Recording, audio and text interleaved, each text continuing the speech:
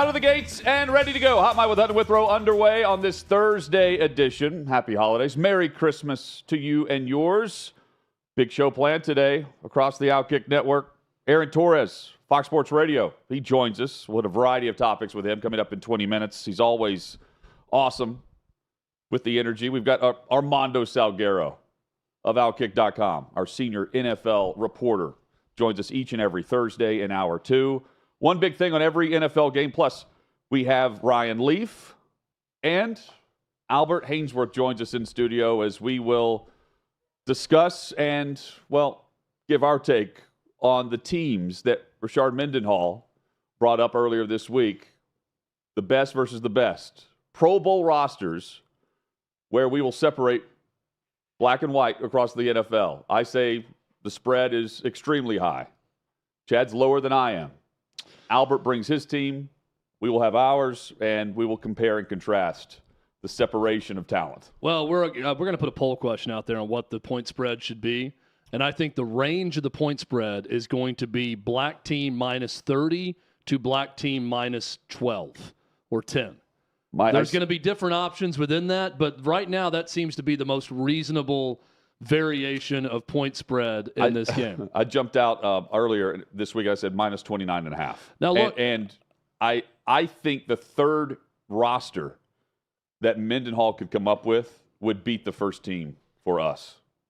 Not by much. It would be a much more competitive game. We need to go down to a third team, to the practice squad for the black team, and see if they would beat the white team's first string. I think that'd be a fun exercise.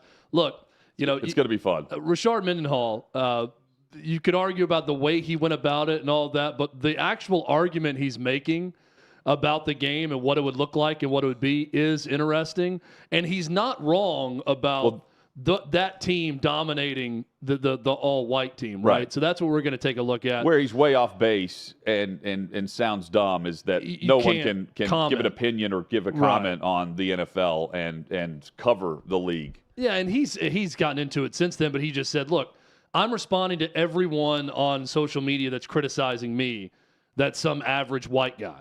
Right. So that's him responding to them with this statement, but he's putting it out there for the world to see. And oh boy, did the world see it. And the world had a reaction to it. Albert Hainsworth, he's got a response to it. I'm going to ask Albert, too, just how common are these debates in a locker room in the NFL? Right? Like the dividing line in a locker room. Guys get along in the locker room, regardless of race, but they have fun with each other also. So I'm curious his thoughts on all this. And one thing we know about Albert Hainsworth, he will not hold back. No. He's a friend of the show, and we needed to get someone that is going to not hold back on this topic. Albert will be here with us. I will pour him a drink when he arrives, and we will have some fun coming up at 5 o'clock Eastern. Yes, he joins us here in studio at 6 to Peabody with Yeehaw Beer and Old Smoky Moonshine. Michigan has finally received the notice of allegations revolving around the COVID-19 infractions, and the Connor Stallion saga continues. And, Chad, this also means that the Jim Harbaugh to the NFL rumors and discussion and likelihood continues for the Michigan Wolverines as they continue to prepare for the college football playoff and a run to a possible national championship. So the NCAA, everyone believes is dead, and they're on their way out. But here's one area where the NCAA will grow teeth. They grow fangs, in fact. That is when you lie to them, or you block an investigation, or you mislead them. It's really the only time that the NCAA goes full-fledged psychopath on someone. We've seen it time and time again. The worst thing you can do, when you no comment, when your university doesn't do stuff with the NCAA, that's one thing. But when you talk to them and they feel like you're not being honest, or in fact you're intentionally misleading them or lying, that's when the NCAA, they sink their teeth into you and they do not let go. And that's what's going to happen with Jim Harbaugh in Michigan. This level 1 violation for intentionally misleading investigators with that COVID-19 violation that they are accused of.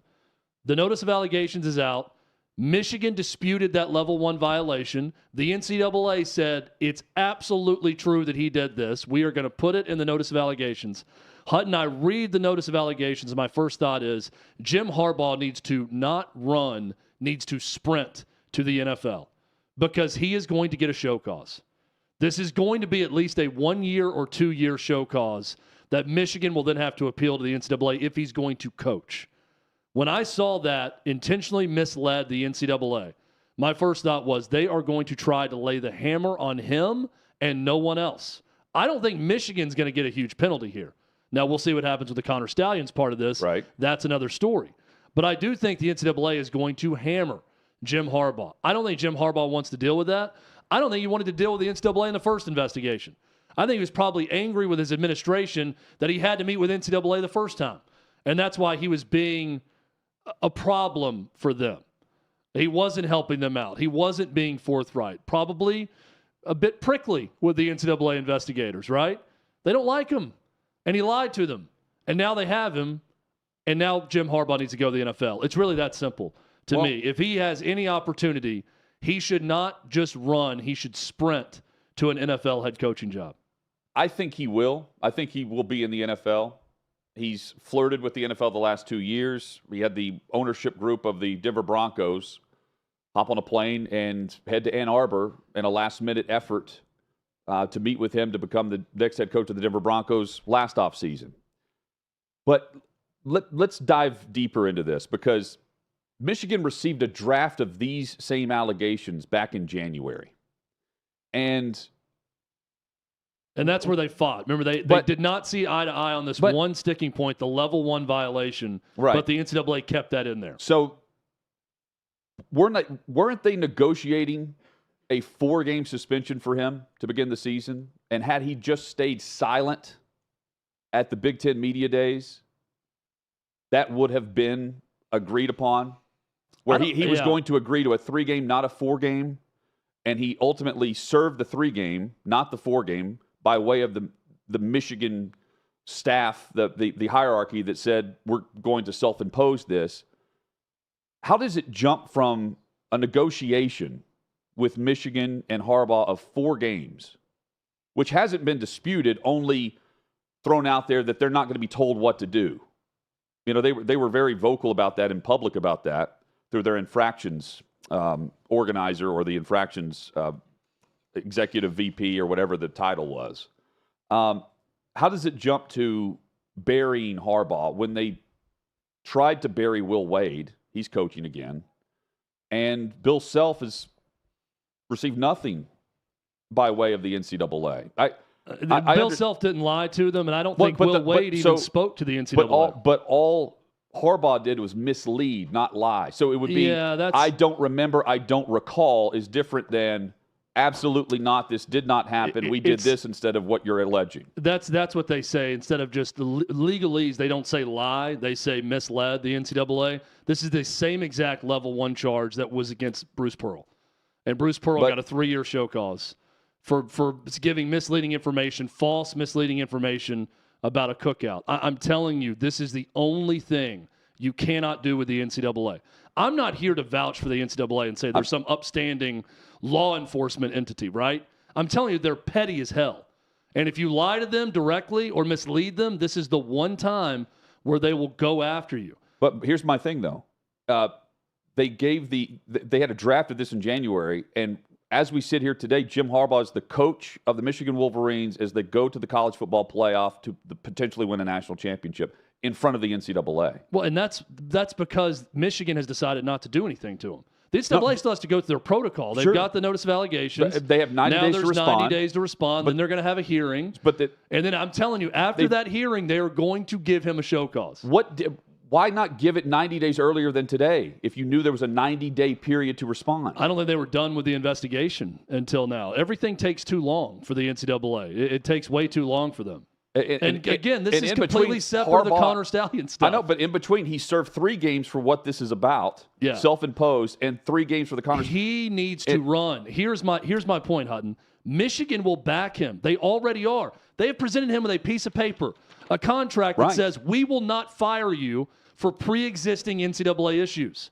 All you have to do is sign here. We're going to give you a raise. We will support you to the death of our program.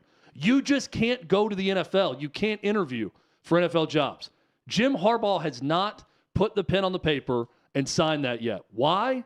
Because Jim Harbaugh does not want to deal with this. This is going to affect him more than Michigan. Michigan would be fine with one. Look what they did with their interim coach now. Michigan would be fine with an interim coach for a year if they got to keep Jim Harbaugh as the figurehead and the head of the program. I think this is more of a Jim Harbaugh decision that he should make. Well, I wouldn't put pen to paper right now either until I figure out what our team's doing in the college football playoff, because you win a title, you've got even more leverage and more money coming to you. You become the highest paid coach in college football instead of the third, or whatever the number is now. The leverage is still with Harbaugh because Michigan continues to back their coach instead of come forward with any acknowledgement that they're threatened in any way by a long-term suspension by the NCAA. That's my point. It's not just Harbaugh that's calling the NCAA's bluff. As of December 21st, they now have a 90-day time period, which they'll sit around and wait on. I don't understand the timetable of this. If they gave a draft of the allegations in January, to me, that just makes the NCAA dumb. Yeah, they are dumb. But they're dumb, but they still have the ability to do this. They still have the ability to take forever, to give someone, hey, this is what we've got now. We're going to work for more, try to get more. Even if they don't get more, well, here's the same thing that we showed you in January. You're going to dispute it. We're going to tell you that the level 1 violation sticks. Nothing they do makes sense, but this is the one thing that will trip a coach up. This is the one thing. You're far better off just admitting to the weak violations that happen and that you knowingly did it and be done with it than mislead the NCAA. Or, as many people are pointing out in the chat, just don't talk to the NCAA. Just don't be interviewed at all. Well, and that's been the stance for some schools, and they've gotten away easier than some others. And that was the tone from the NCAA about the COVID-19 infractions, was they're not fully cooperating. And then when the Connor Stallions evidence was in front of us, the statement was from both Harbaugh and from the university, we will fully cooperate with the investigation. It was an about face in that regard. You're right. And that was a different tone. And then ultimately, Michigan did the about face where there was more evidence presented, where the NCAA, instead of giving the notice of allegations, according to reports, gave information to Tony Petitti for the Big Ten's own investigation because of this 90-day period where they have a chance to respond. And which didn't exist for the Big Ten investigation. If you're the NFL, okay, if you're an NFL club and you're considering Jim Harbaugh, right? One thing that we have to consider is what Adam Schefter reported was that the NFL would evaluate any violations or suspensions from the Connor Stallions allegation. Right. From the illegal sign stealing allegation. They don't care about this, about him lying to the NCAA about, illegally practicing or working out or recruiting during COVID-19. NFL doesn't care about that. They do care about things that affect competitive balance when you're cheating and videoing something or doing something unlawful within the league. Just ask the Patriots, yeah. Right. So that's one that NFL teams are going to have to consider with him. But this is just step one. This is the minor issue for Jim Harbaugh. But it is. But worse issues are to come. For the NFL job, though. Because the Big Ten has already said they could not say one way or the other after their investigation that Harbaugh was complicit in what was going on. Yeah. And we both know the fact that they imposed a punishment at all tells us that they wanted to lay the hammer down. Not just Petitti, but those above him from the committee. They wanted to lay the hammer down. And they could not prove that. And they agreed to not. I would be more concerned if I'm Michigan that the program gets hit because of the Connor Stallion stuff and not Harbaugh. For that simple reason. No one is saying. Well, that's why it's more important for the university, though, and they're still offering the contract. Right. But I'm just back to the original thesis that I threw out there. I'm stacking all this stuff on top of each other. Jim Harbaugh doesn't want this. That he doesn't. He does not want to have to fight the NCAA not once but twice. He doesn't want to have to face more suspensions. He wants to go to the NFL. If I'm Jim Harbaugh, I'm sprinting to the NFL right now. That is what I'm doing. Now, the flip side of that, which we just mentioned, NFL teams are going to have to take into account the fact that he could face some stricter punishment because of the illegal sign stealing operation. And will the NFL factor that in at all? I think they probably will. And that's going to be up to the NFL owner that decides to interview or hire Jim Harbaugh. But he's, if I'm him, I'm out of there. This is not something I'm sticking through. Coming up, we'll talk with Aaron Torres about this and much more, plus Armando Salguero a bit later. The new and improved OutKick store, it's finally live. You can stock up on golf polos, T-shirts, hats, and more. Shop.outkick.com. That's the website, shop.outkick.com. And you can go grab some great OutKick gear, not for just this holiday season, but maybe for your own wardrobe. It's 12 months a year. That's right. It doesn't have to be one season. It's for all seasons. Just go grab you some gear, wear it whenever. That's right. Chad, you watching the NBA last night? Didn't watch a second of it. Me either. Was I supposed to? No, I just looking at some headlines today about. Was something going on last night that I was unaware of? I did watch players doing things. I watched a big game in an NBA arena. I watched Duke Baylor at Madison Square Garden, and Duke looked good. Much needed win for the Blue Devils. I watched that, but did not watch the NBA. The group of unbeatens continues to dwindle in college basketball as well. And down later, to 3 now. Yeah. Houston, James Madison, and Ole Miss. The 3 unbeatens left. Imagine the Grove right now. Good time to be in the Grove. On holiday break, though. Dudes rolling up in Lamborghinis, new recruits. Have you seen this? Their top receiver recruit rolled up in a Lamborghini to Ole Miss. Oxford's got it. Not bad. Oxford's got it.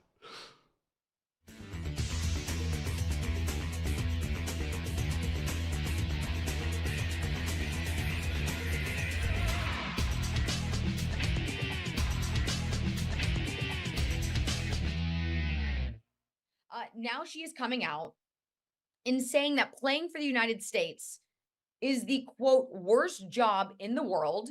And she's saying this because of the criticism she garnered, which obviously she brought on herself by doing all of the horrible things that she did over the course of her career. One being that she felt super compelled to kneel for the national anthem and not show her pride for the United States, despite having the platform and representing the country in a way that very few people on earth get the ability to do. Listen, she's a leftist. We all know this. She is fully on board with biological men playing in women's sports. That's another thing that she was getting criticism for, which again, she should, because as a woman, she should realize that if she did allow biological men to play in soccer, let's just say, her success probably wouldn't have been even close to what it ended up being. Because as we know, I'm going to say it time and time again, men, they're bigger, they're stronger, they're faster. Women, as great of athletes as they can possibly be, they just do not add up to what men are capable of. But obviously, as a Democrat, as an elite leftist, Megan Rapinoe feels the need to play the victim card, as they all do. I just can't get behind this. Playing for the United States is the worst job in the world. So let's just lay this out. Megan Rapinoe is a professional athlete. Probably the coolest job in the world. You get paid to live out your passion. Literally the thing that you started doing when you were a child, the thing that you would go out to recess to do, right? You are now getting to do throughout your life and now getting paid a ton of money to do it. Okay, that doesn't sound like work to me. That sounds like you just get paid to fulfill your hobby. You get to stay in shape. You get to meet the coolest people in the world. You get to travel all around the world. You have access to the greatest resources that all of us could even dream of having access to. Yet you're calling this the worst job in the world because you have to represent the United States, which, by the way, is the most tolerant country on earth. We have the most freedoms. We have the most liberties. Any immigrant that would come over to this country would be very thankful to be in the position that they're now in versus living where they fled so vastly from. It's just, none of this adds up to me. But for Megan Rapinoe to say this does not really confuse me. All she likes to do is whine and complain. And I feel like she's teaching a horrible lesson to young girls. Not that she already hasn't been doing that by saying biological men belong in women's sports. But obviously, to be in this position of power, to have this influence and use it for really nothing, to not have the proper influence that you would want. I just can't get behind this. I hope this is the last time that I have to talk about Megan Rapinoe, and maybe now that she's out of her soccer job, maybe she should try to go fulfill another job. Maybe she should go work as a janitor somewhere where she has to clean up after everybody. And that's what she spends her days doing. I mean, thank goodness for the janitors out there. We wouldn't be able to get by without them. But I'm just saying,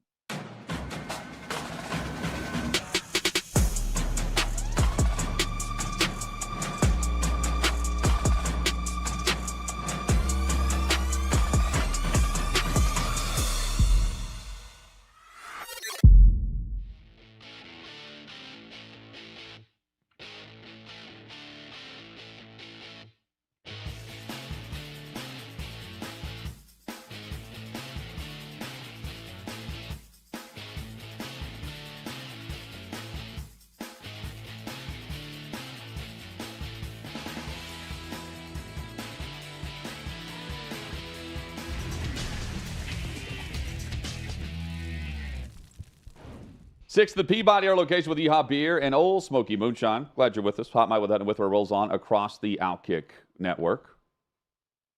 Chad, we've got plenty of football on tap. Starts tonight, Thursday night football. It feels like a throwback show in here today, by the way. Got some old, not old, like life old, but producers that were with us in the past rotating around. Yeah. It's good to see. It's got a throwback vibe to the show, I feel like, for that reason. It does. Aaron Torres joins us, Fox Sports Radio host, and I believe he's on his way to Thursday Night Football this evening for the Rams.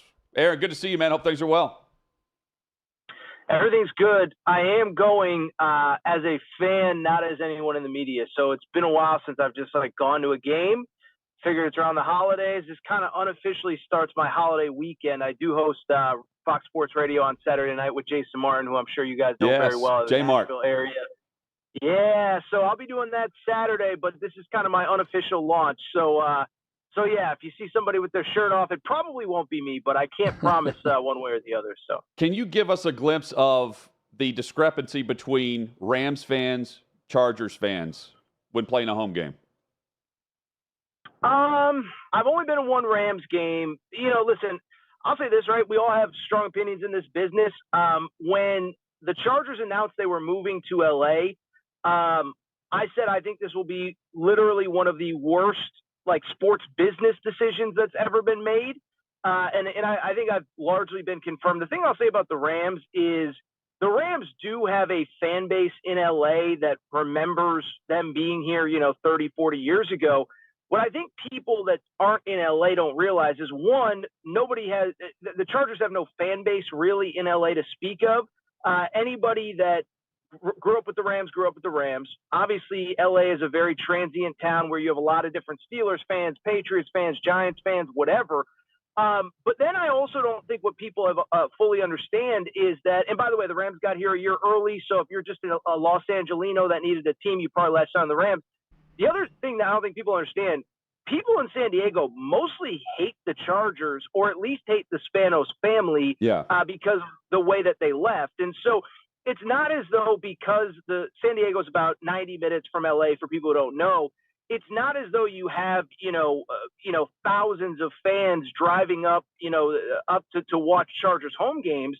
They don't like the fan base, the franchise, because of how they left. And then obviously, again, all the other dynamics. So I haven't been to a Chargers game, but listen, I think all you need to know is they played for 3 years in a soccer stadium. And even then it was largely, the opposing fans team. So yeah, man, I actually feel bad for those players, but it's like any other walk of life: bad ownership, bad management, etc., which we've obviously seen the last couple of weeks with the Chargers. Aaron, knowing what you know about the NCAA and how they go after those that lie to them or mislead them more so than maybe some coaches or programs. Like a UT fan that still has some Bruce Pearl anger in him.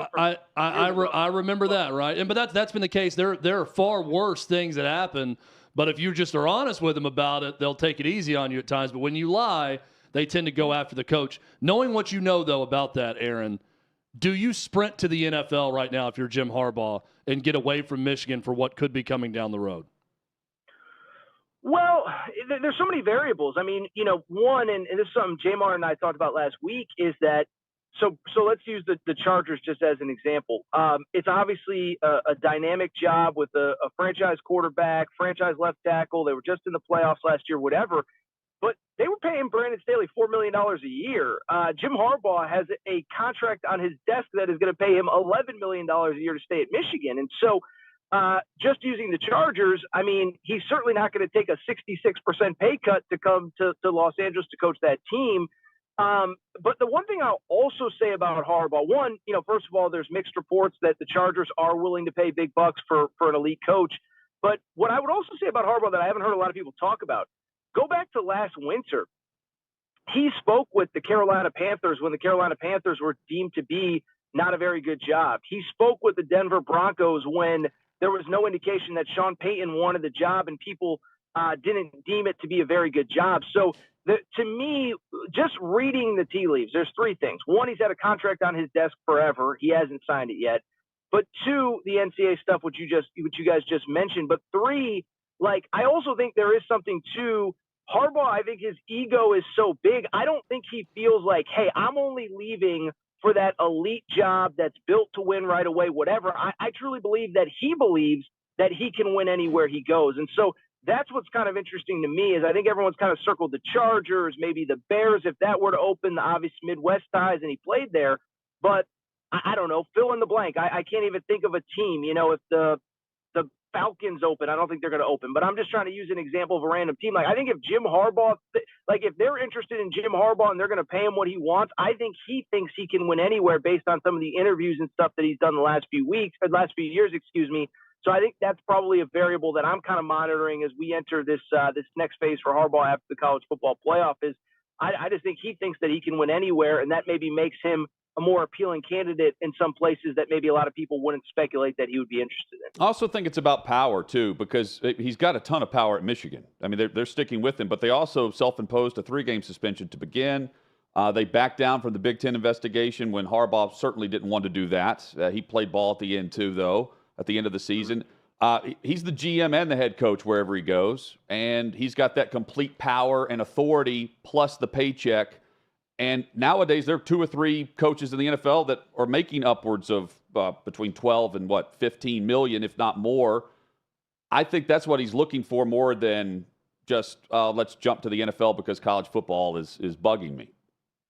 Well, no, I agree with you 100% on that, Jonathan. It's I just look at that variable, that last part is the power, but also as I don't think it's weird, but the respect that comes with being one of the 2 or 3 highest paid coaches. And again, I don't think he's going, I don't know the guy, so I don't know. But I don't think he's going to take a pay cut to go to the NFL if there's an $11 million contract offer on the table. Now, obviously, I think the going rate for a good NFL coach now is beyond that. And I think most logical franchises, if they believe he's the guy, are willing to pay it. But I just look at a situation, again, like the Chargers, where they were literally paying Brandon Staley $4 million. I'm guessing he was probably one of the bottom tier paid coaches, which, of course, the production very much reflected his contract status. So, I don't know, man. The one thing I'll say about Harbaugh, he obviously, we all know, it's not a secret, he marches to the beat of his own drummer. But I do go back to I think there's a lot of guys, even like Saban 5-6 years ago when there was speculation he would leave. I think he was looking for the pseudo-perfect situation that probably wasn't there. I just don't think Harbaugh is that guy that doesn't believe that he can't basically take pretty much anywhere and turn them into a success pretty quickly. So, and I'm not talking about actual job pressure here, but I want to ask a college basketball question for you from this context. Not job pressure, but personal pressure on a coach. Matt Painter at Purdue to do something big in the NCAA tournament this year. Huge win for them over Arizona this past weekend. We know how good they are. We know how veteran they are. But how much personal pressure do you think Matt Painter is putting on himself to have a really good showing in this year's NCAA tournament with this team that he has returning? Yeah, it's interesting. I mean, I have heard him say, over the course of the summer, I think sometimes we expect our coaches to speak in cliches, but summer into fall into the season, I mean, I've heard him say 2 or 3 times, that loss still hurts. It sticks with you. It doesn't go away. It doesn't get easier. I haven't watched the film, whatever he was saying. Yeah, I mean, I think I don't really know how to say it. Like, every coach wants to win once they get to the tournament, but I do think he's probably not going to have it very much better than he will this year. But then again, can I really say that? I mean, listen, he was a 1 seed last year. He lost in the first round. A few years ago, I think he was either a 2 or a 3 when he lost to St. Peter's. So I can't sit here and say that it's never going to be better than it is right now, because he's had a couple really good bites at the apple over the last couple of years. So I don't know that there's any more. I guess maybe now, because you've lost to a 16 seed, because you are an asterisk kind of in basketball history, there's probably some more pressure to go to the tournament and have success. But I would have thought that last year after losing to a 15 seed 2 years ago. I would have thought it 2 years ago after losing to a 13 seed in the first round during that bubble tournament in 2021. So I think they're a very interesting program. They deserve to be whatever they are, 1-2 in the country. I know Vols fans aren't happy with how their game played out a few weeks ago, but based on the resume, they deserve to be number 1 or 2 or whatever they are. But I do think there's obviously not going to be a team in this tournament that probably has more pressure on them once the ball is tipped than Purdue does. Fox Sports Radio host Aaron Torres with us on Hot Mike with Hutton and Withrow here on the OutKick Network. Maybe they wouldn't be a surprise, but is Washington the only team that would surprise you to win a national championship of the 4 that we'll be watching? It's a great question. So to answer your question, they'd be the only one to surprise to win a national championship, but I don't know that I would be surprised. Like, I'll just be honest. The surprising result to me was kind of punking Oregon in the Pac-12 championship game. And maybe I shouldn't have been, because they were basically a double-digit underdog against a team that they had already beaten. But I think Oregon, it's hard to say now, but going into that Pac-12 championship game, we all thought they were one of the 4 best teams in the country, and they were going to be in this 14 playoff after beating Washington. So after Washington beats them twice, after all the close wins that they've had, I don't know that I'm going to be super surprised. I think they match up actually pretty well with Texas, and you beat Texas, then all of a sudden it's a 1-game scenario. So definitely, if I was power ranking them, I would have the teams that I think are most realistic to win it, I would have them at number 4. But I don't know that it would be like stunning the way that some other results in previous years, maybe a TCU last year, Cincinnati a couple years ago would be. I wouldn't put Washington in that category. And I mean, really, the only surprise for me is if the games are not tight and close in the 4th. Like, okay. I don't think we're seeing the typical, boat race in one of these 2 games. And normally we do see that, and everyone's surprised and they laugh and mock at the semifinal. But I don't see that. They're so bad. They Right. shouldn't have been here. Put the 4th best SEC team in. Exactly. Yeah, we've all been there. We've all been in those. We've all seen those on social media. Yeah. I'm honestly surprised about the amount of people who hate the 12-team playoff idea that I've talked to lately. I've gone on a number of different podcasts where the hosts they despise the idea of expanding the playoff from 4 to 12. Where do you stand on what we're going to see next year, Aaron? I was relatively anti-college football playoff expansion when it happened. One thing about me just in general is, as stuff like I get mad about stuff, and then once I realize that I have no say over it, I just adjust. I didn't love the one-time transfer when it came in. I don't, there's a lot of different things that I don't love. The Chargers moving to Los Angeles when nobody wants them here. You go on and on down the list. But I just bring it up because once it happened, I was like, okay. And then I do think this year it's becoming obvious that between NIL and the portal, and I know it's an easy conversation, I'm not breaking any shocking news here, I do think there is more parity across the sport. And the one thing I think is obvious too is all these programs are now willing to spend money to win at the highest level in a way that wasn't the case 6, 7, 8 years ago. Again, Michigan, Jim Harbaugh has a contract on his desk for $11 million a year. Nebraska, I don't think NIL was the only reason the kid flipped, but they're clearly willing to pony up to get elite prospects. Miami's paying a coach like $9 million a year. So I bring it all up because now that we're here, but more importantly, now that it's clear that there's parity because of the portal, a Quinn Ewers at Texas wouldn't have been there 3 years ago. Michael Penix wouldn't have been at Washington 3 years ago. Now I'm okay with it. And now I am starting to get a little excited about it, thinking about a game like, say, the Peach Bowl. This year it's Ole Miss, Penn State. That game either being in the Grove or at Happy Valley next year as an opening round game, I think is pretty cool. And so I've come around. I'm not going to sit here and lie and say that I was super gung-ho about it, but it's just clear with where college football is going, the talent is more spread out. The gap between, say, number 1 and number 7, number 8 I don't even think it is where it was about 3 years ago, let alone 10, 15. And so I am in favor, and I'm excited. I'd also say, too, I'm excited how the calendar starts to break next year because obviously National Signing Day and the portal and all this stuff is overlapping. So I'm curious. It feels like there has to be some changes coming to that stuff as well. Yeah, Hutton, to Aaron's point, it is the on-campus hosted games in December in the playoff that I'm most excited about seeing. And the expanded playoff. I love games going to campus. We would have had that last weekend, Really too. Cool, yep. Aaron, thanks for the time, man. Enjoy the game tonight, and we'll catch up soon. All right, guys. Thank you so much. Have a great afternoon. Thank you. Thanks, Aaron. Aaron Torres, Fox Sports Radio. Does a great job. Yeah, solid show. His co-host, Jason Martin, was our first ever intern for our old show. Yeah. First one to come through the doors. We've had some good ones. Yeah.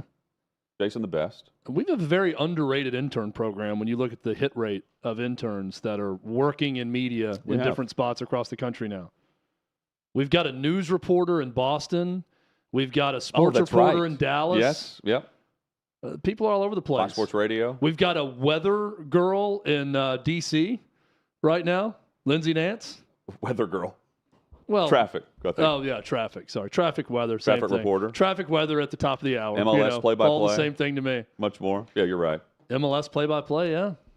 Coming up, there's Apply a for an team that's internship with us, doubling their season ticket prices in the NFL for next season.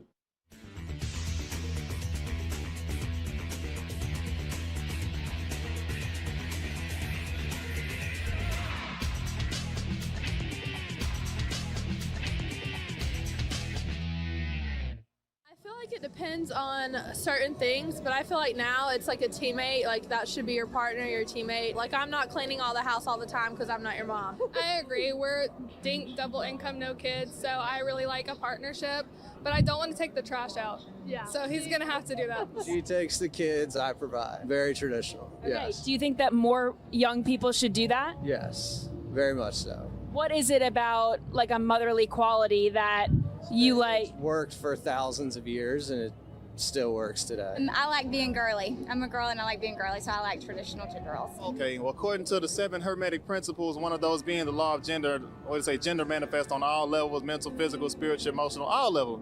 Throughout the cosmos, there's gender. I don't know, it's a lie. It's a book I read called The Supreme Way of Men or Women or something like that, and it spoke on how whether it's 2 women or 2 men, there still has to be someone who's masculine, someone who's feminine. What would you spend on an engagement ring? I'm not an engagement ring type of person. But if she wanted a ring, I'd probably spend like 20 on it. 20 what? 1,000. 20,000. That's a lot of money. You don't get that lady a real answer. No, for real. Ain't it how much you make though?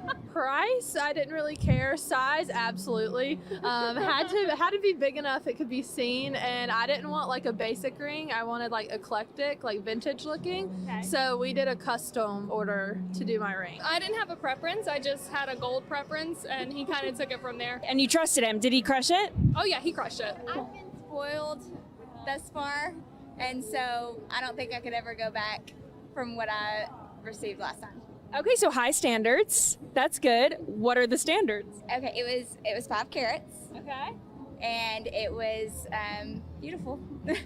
Mine was way too expensive. What's way too expensive? Like $45,000. Okay. Wow. You probably went with a real diamond. Very much so, yeah. Do you think that that's kind of a flex for the guy? Like, is the engagement ring, is the engagement ring only for the girl, or do you get to watch other people look at your girl's ring? Solely for the girl. Solely for the girl. You don't get any enjoyment? Couldn't care less. Red flags in dating, because obviously you found each other. Did you have any icks that you overlooked, or is he perfect? No, he's perfect. We had a nice night out at the bar. Fought over a toy shark, and that's how it all got started. What don't you like? Red flags? Cheating, lying, stuff like that. Yeah? Yeah. What are you looking for in a woman? Honesty, respect, in love for herself. Some green flags are loyalty and trustworthy. Red flags are seeking attention from other women. Jealousy, probably biggest thing, especially being around other girls all the time and having other girlfriends. That would be the number one thing, is jealousy. Red flag is they're on their phone too much. Green flag is they're on their phone a lot with you. Well, look for loyalty. That's it. I'm 24, so it's hard to come across that like when you're young. So that's really all I look for, really, honestly. What were deal breakers? If she was broke, I know that sounds crazy, but for real, if she was broke, cause like it's like, yeah, like I don't want to take care of a motherfucker. Like I want to equal.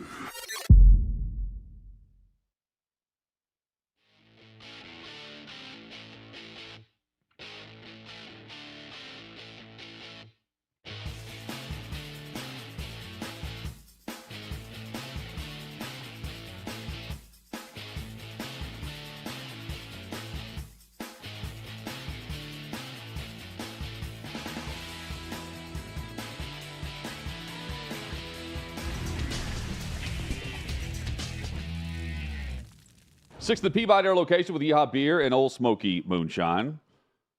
I'm Mike with Hutton Withrow across the OutKick network, currently live on YouTube. But starting January 3rd, the only place to catch OutKick's original and fearless content live on our website, outkick.com. You'll be able to catch up on the show on YouTube through this channel, but for all of our live, unfiltered content, head over to the Watch tab at outkick.com so you don't miss a beat.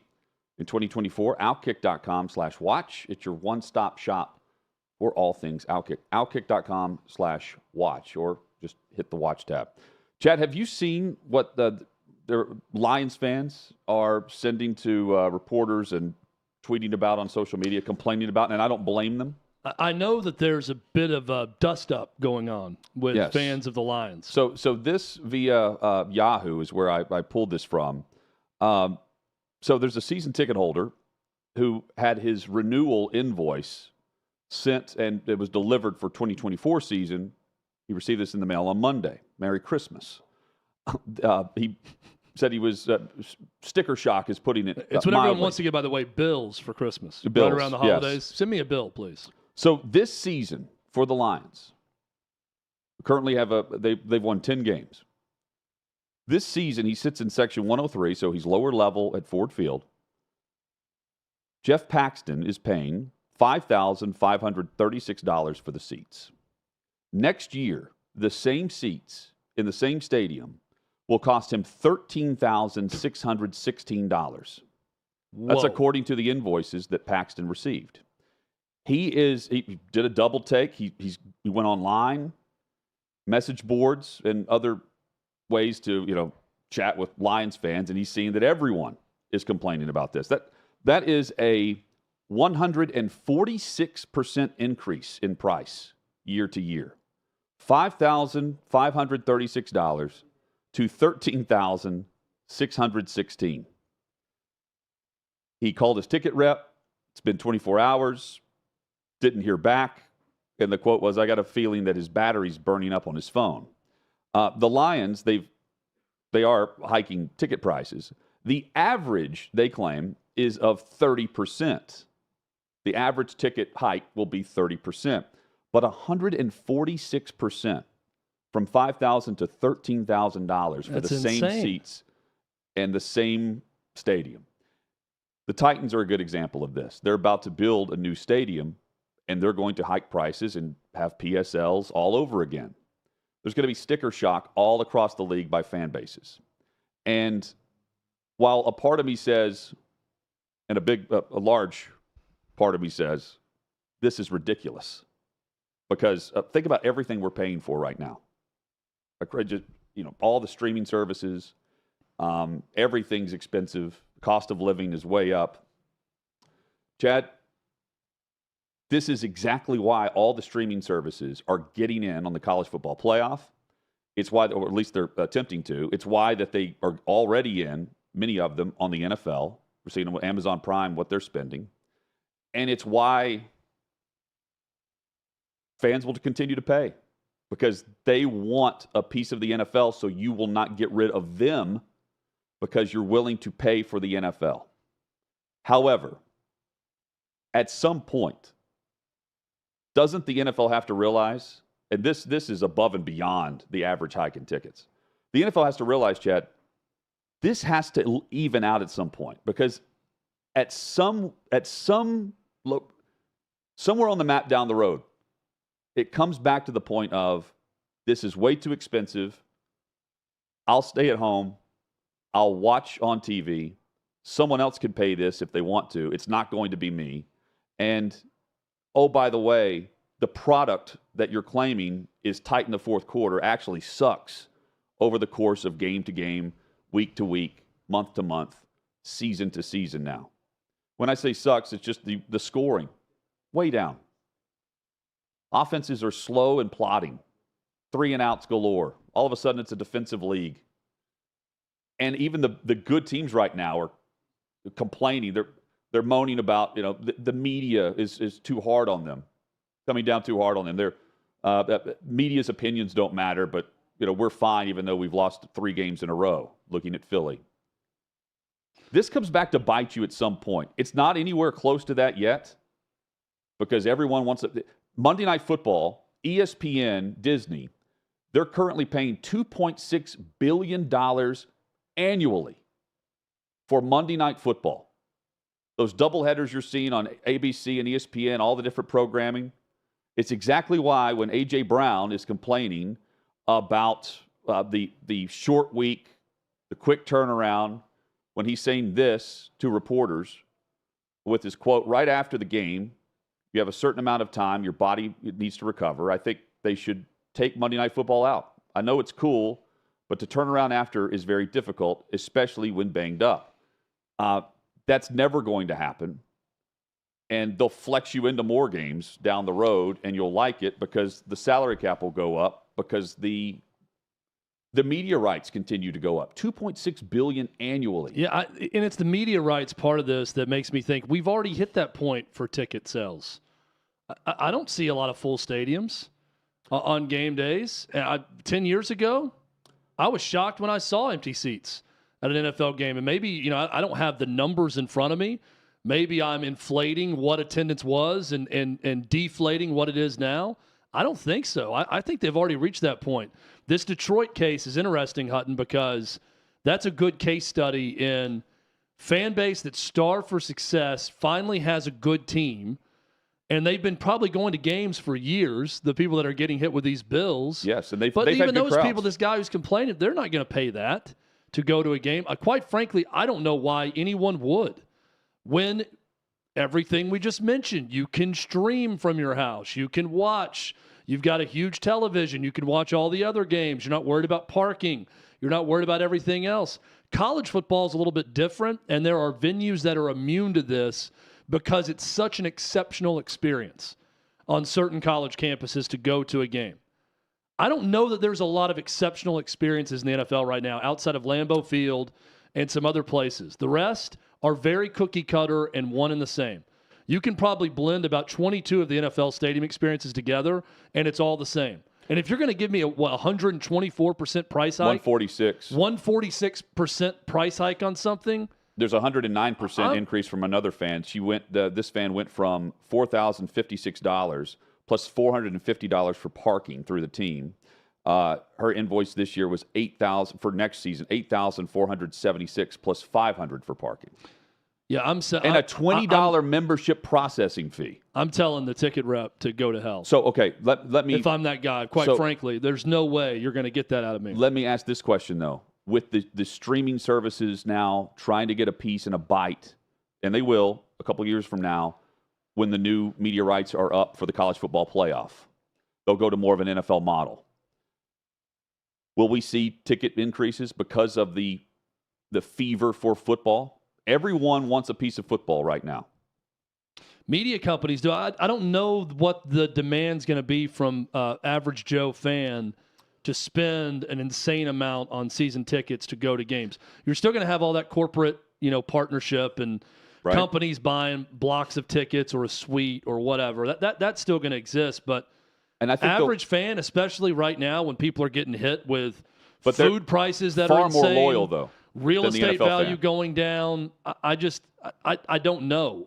NFL, college. And I also look at you it from, reach a point where it's not worth a dollar. I've seen a lot of college tickets go down recently. Well, but it's been the opposite. They're trying to lure people in by giving them $10, $15 tickets in the upper deck for a season ticket to get more people to go back to I'm the looking games. more from like the super conference type mentality too of those premium games, but also from the NIL and collective era where the money isn't funneled through primarily. It's on the outside, then it's funneled back in instead of straight through the college where the players weren't getting anything of it. So are they going to claim that they're hiking prices for that reason? Because you're already donating to the collective, you're helping pay for said player. College fans are way more diehard and loyal week to week than the average NFL fan is concerned. You're not, for the most part, Tennessee fans aren't selling their ticket to Georgia fans on that week unless the season is just completely over and in doubt. You're not selling them in advance.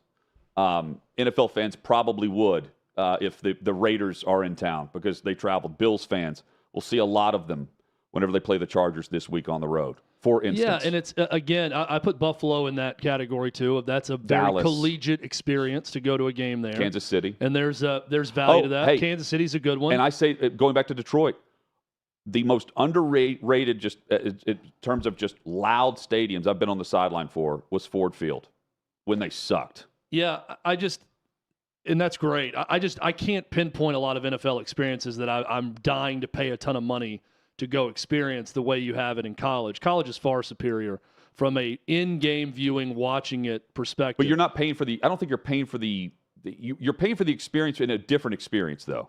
You want the luxury and you want comfort, but you're going for the superstar value. What's the cost of it? Because if you're going to go this high, it continues to go up. People will stop paying. I think so. I know so. I'm looking around and games aren't sold out. There's tons of no-shows. I sit back and watch everyone complain about Netflix hiking prices, and we continue to pay that too. Titans are a great example. They haven't gone down in ticket prices over the years. They've gone up. And you know what else you know what has gone down? Attendance. Well, year to year. There's been good Titans teams that don't have great attendance because the prices go up. And we found this is a market that people won't pay. But the premium, where people are still showing up in the lower level, and they're still, I don't see empty suites. Look, I would rather price it to sell. So if you've got to go way down in the upper deck to get butts in seats and have it's the hardest, difficult. It's the most difficult ticket to sell is the upper deck in football. I think it is. I also think you can price it to a level that is so low people will buy it.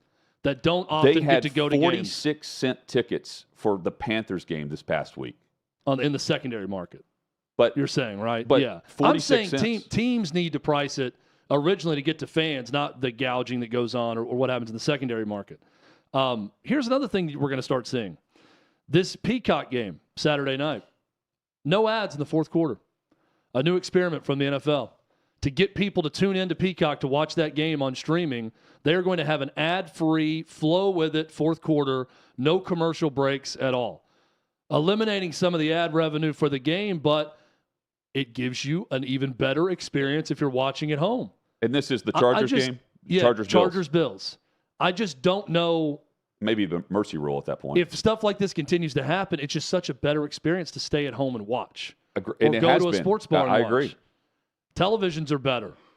You talk about everything is up right now. I was at a Price Club recently. There was a 70-inch brand name television, Crystal, Ultra HD, everything, $460 for that TV.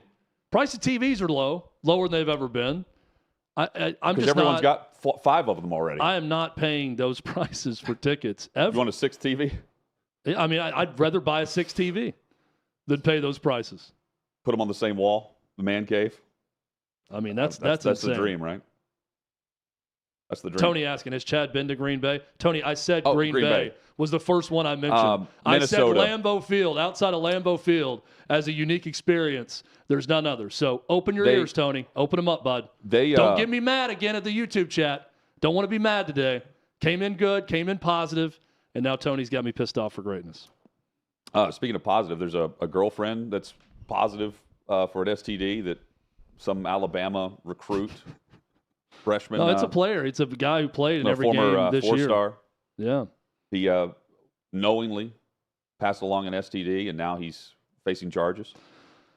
Did not know this was a crime. This falls under the category of didn't know one could get charged for a crime for this until today. I mean, is this a law in every state, or is this Alabama specific? Because what I read is Alabama state law says this. I'm with you. I hope it is too, but I've never heard of it. Have you ever heard of anyone being charged with this? No. This was a new one to me. I'm sure it's a new one to Nick Saban too, as he prepares his team. A guy that's going to play tackle for them. I mean, he's in the rotation on the offensive line. In the playoff, gets popped for knowingly giving an STD to female. Yeah, I guess he would be bragging about it if everyone knew that he had one after the fact. Don't kiss and tell, kids. Yeah, he certainly did. What you're experiencing is the bold taste of a Southern legend. Old Smoky Moonshine and Whiskey, authentic Tennessee mountain-style spirits. We believe in crafting flavors that were born from tradition but defy expectation. And pioneering a new experience with every sip. Because if it doesn't do this, it ain't this. Old Smoky Moonshine and Whiskey. Come on.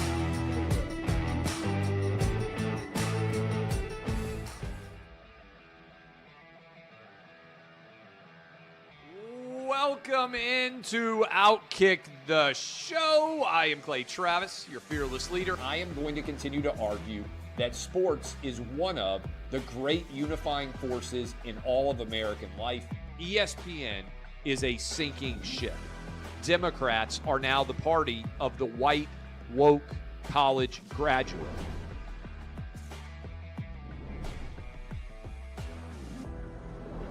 We live in a land of participation trophies. You gotta lean into the turns. You really gotta lean into the turns. When Leah Thomas walked in that first day, it got silent, and every girl was uncomfortable. Very difficult to go back-to-back years in the NFL with the number 1 overall pick. Is it fair for people to be upset with Barbie? I've been out of LA long enough to have forgotten that libs, no matter how ridiculous the scenario, are gonna live. Another week of inflation, another week with Biden with COVID, and another set of losers to crown. People don't watch the WNBA on TV, in person, on a plane, on a train, on a bus, or on purpose. I mean, what have you seen firsthand of how this has affected you in the plant and your fellow employees? Under Joe Biden, the Taliban has retaken Afghanistan. Putin has invaded Ukraine. So if there was ever a time for freaking aliens to inhabit and conquer Earth, now would be that time. We've seen coaches throw water bottles. We've seen coaches act like idiots. We've seen coaches slap other coaches. But I think if you're involved in carjacking, you're inherently a rotten human being. The level of stupid that sometimes gets on our YouTube chat just gives me a headache. You're born a male, play with males. You're born a female, play with females. Don't at me about it. The American people are being cheated. We, ladies and gentlemen, are being cheated. I made the call to end the Me Too movement. And today I'm going to continue making that case. And that's just a way to further taunt these women, to make them feel less than, to make them realize that this has just become a big joke. Deion Sanders is the Donald Trump of football. We were directly impacted by the whole Leah Thomas thing, and we were able to see you guys on the ground with your signs supporting. That was huge. They were saying, oh, it's only 1 or 2. That's rubbish, and we all know that's rubbish.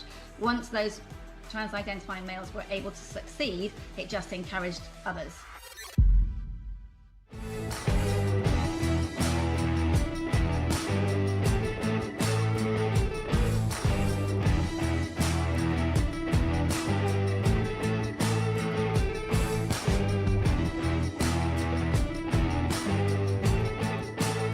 Old Smoky Moonshine and Whiskey, the bold taste of a Southern legend.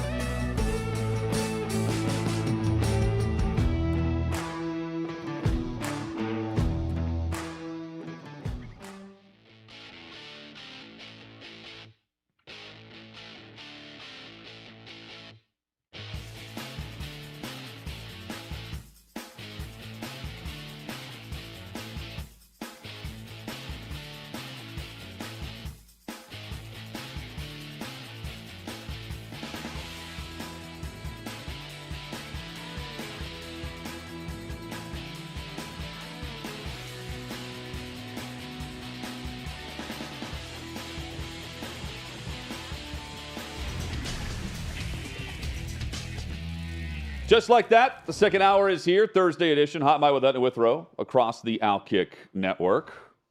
Coming up, we've got one big thing on every NFL game. Plus, in 20 minutes, Armando Salguero will be with us. Discuss tonight's Thursday Night Football matchup. Plus, some good matchups in Week 16 over the Christmas holiday. You have 11-4 against 11-4. Or, 11-3. You've got 10-4 against 10-4 this week. Plus, a best game referencing those records is Baltimore and San Francisco.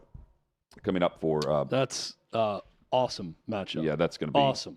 That's going to be awesome. Best in the AFC versus best in the NFC right now, in my opinion. Yeah, and I mean, it could determine the NFL MVP award. Tom Brady said it should go to Christian McCaffrey. Jerry Rice was asked about it, and he said both when asked about Brock Purdy and Christian McCaffrey. I wish he would have jumped on board with McCaffrey. Pick a side. You got to pick a side. I would love to see a non-quarterback win it. Like Derrick Henry rushes for 2,000 yards. No chance. No chance.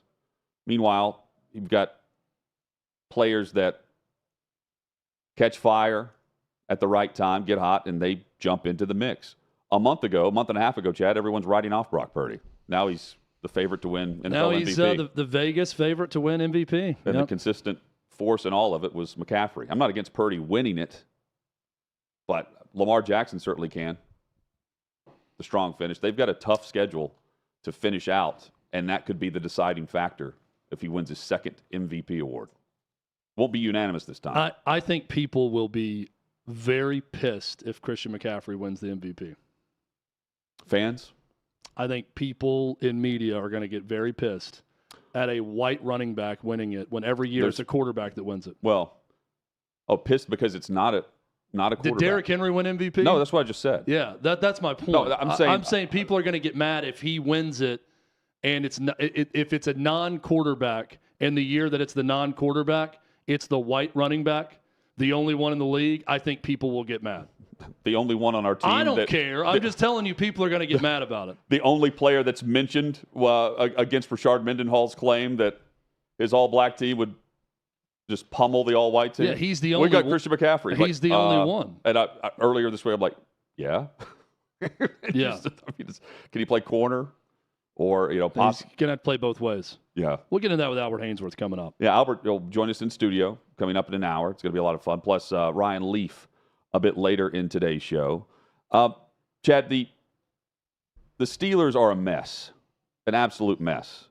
Turmoil behind the scenes, players where Jaylen Warren said that he would block for George Pickens. Bravo, Jaylen Warren, because he could potentially scored in the first quarter for the Steelers on that run where Pickens is just standing around, not doing anything, claiming earlier this week he didn't want to get hurt, didn't want to be on the injury report, didn't want to be on IR. Saw one guy get injured blocking and decided, not for me, not doing that anymore. Mike Tomlin has been critical of George Pickens a couple of times this year, but continues to be the coach that plays him and has offered some harsh advice for George Pickens, given all this drama. Quote, keep your damn mouth shut, end quote. Tomlin said the second-year receiver's outburst was a problem because it's not solution-oriented. And you can see that there are visible frustrations with Tomlin during games. He said at the time, we're all frustrated. We've got to manage our frustrations in a professional, mature way. And when it's not done that way, it's not necessarily pushing us towards solutions. He's got to find some. Pickens doesn't seem to be one of those guys. How do you continue to play him if he's not going to block and then on a interception return, jogging the other way? I was going to say run. Jogging the other way, away from the opportunity to make a stop. How do you continue to trot that guy out there? Yeah, when he's doubling down. It's a Mike Tomlin issue now if he continues to play, and there's no change, right? If he goes out there and he heeds this warning from Tomlin, and he does shut the hell up, and he starts to play harder and play better, and is quiet about it, then message received. Then Mike Tomlin did his job and got through to him. But if you continue to trot George Pickens out there and we get another play on tape next week of him dogging it, of him not even jogging, yogging with a soft J is how I would describe that play, or not blocking for a teammate. I love that. Or any of that. Yogging. He was yogging on that play. If he does any of that, it's on Tomlin now. Tomlin said it, and he's very pointed about it. I love Mike Tomlin when he speaks. I love this quote and what he had to say. But if you continue to put George Pickens out there, and this is the effort he's going to display, you're not being part of the solution. And it's not just one negative Mike Tomlin's line. You're not part of the solution at that point. And it's not just running his mouth either, right? It's not just drama off the field. This is affecting your team on the field first quarter, where in a game where the Colts are tallying 30 consecutive points. This is the first quarter where you've got your running back who you don't play enough with a chance to score inside the 5, and Pickens is just literally standing there, not even attempting to help his teammate score a touchdown. It's nuts. Crazy. Quote from Tomlin: "When you're winning and doing your jobs, a lot of the attention is on things such as that. When you're not doing your job and losing, you better keep your damn mouth shut and understand that that attracts a certain type of attention as well, and usually that's vulture-like attention. This doesn't seem to be going away anytime soon, especially when on a Wednesday, after all this chatter, Jaylen Warren's like, yeah, I would block for him. It's not going well in the locker room either. And this doesn't feel like a Tomlin saga at all. It's a weird vibe. This comes on the same week on a Monday following Peter King's, subtle reference. Toastier, I think is the words he used for Mike Tomlin. But just what he's hearing. But he's not putting that in his column. Well, if you want without hearing that. Let's go back to our previous discussion about people paying exorbitant prices for tickets and how I think that's starting to slow down. I think people are not willing to pay certain prices anymore, and it's showing in attendance. You really want to hurt the product, both from a viewership standpoint and people going to the game standpoint, get more George Pickens effort out there. Get more of that. Luckily for the NFL, he is the exception and not the rule. Because in the NBA, it became the rule. What George Pickens is doing, I'm not gonna give it my all in some regular season game where I could get rolled up on. That's become the gentleman's agreement across the NBA. Hey, we're going to have load management. You're right. I'm not going to play hard defense on you. I'm not going to play physical. Not on a Tuesday night in December. I'll do it in the playoffs. Why do we tune in in the playoffs? Hutton and I do it every year. We tune in for playoff games. Why? Because they play their ass off in the playoffs. Cranking it up. That's why. They crank it up to 11, and they're playing as hard as they possibly can while they're on the floor.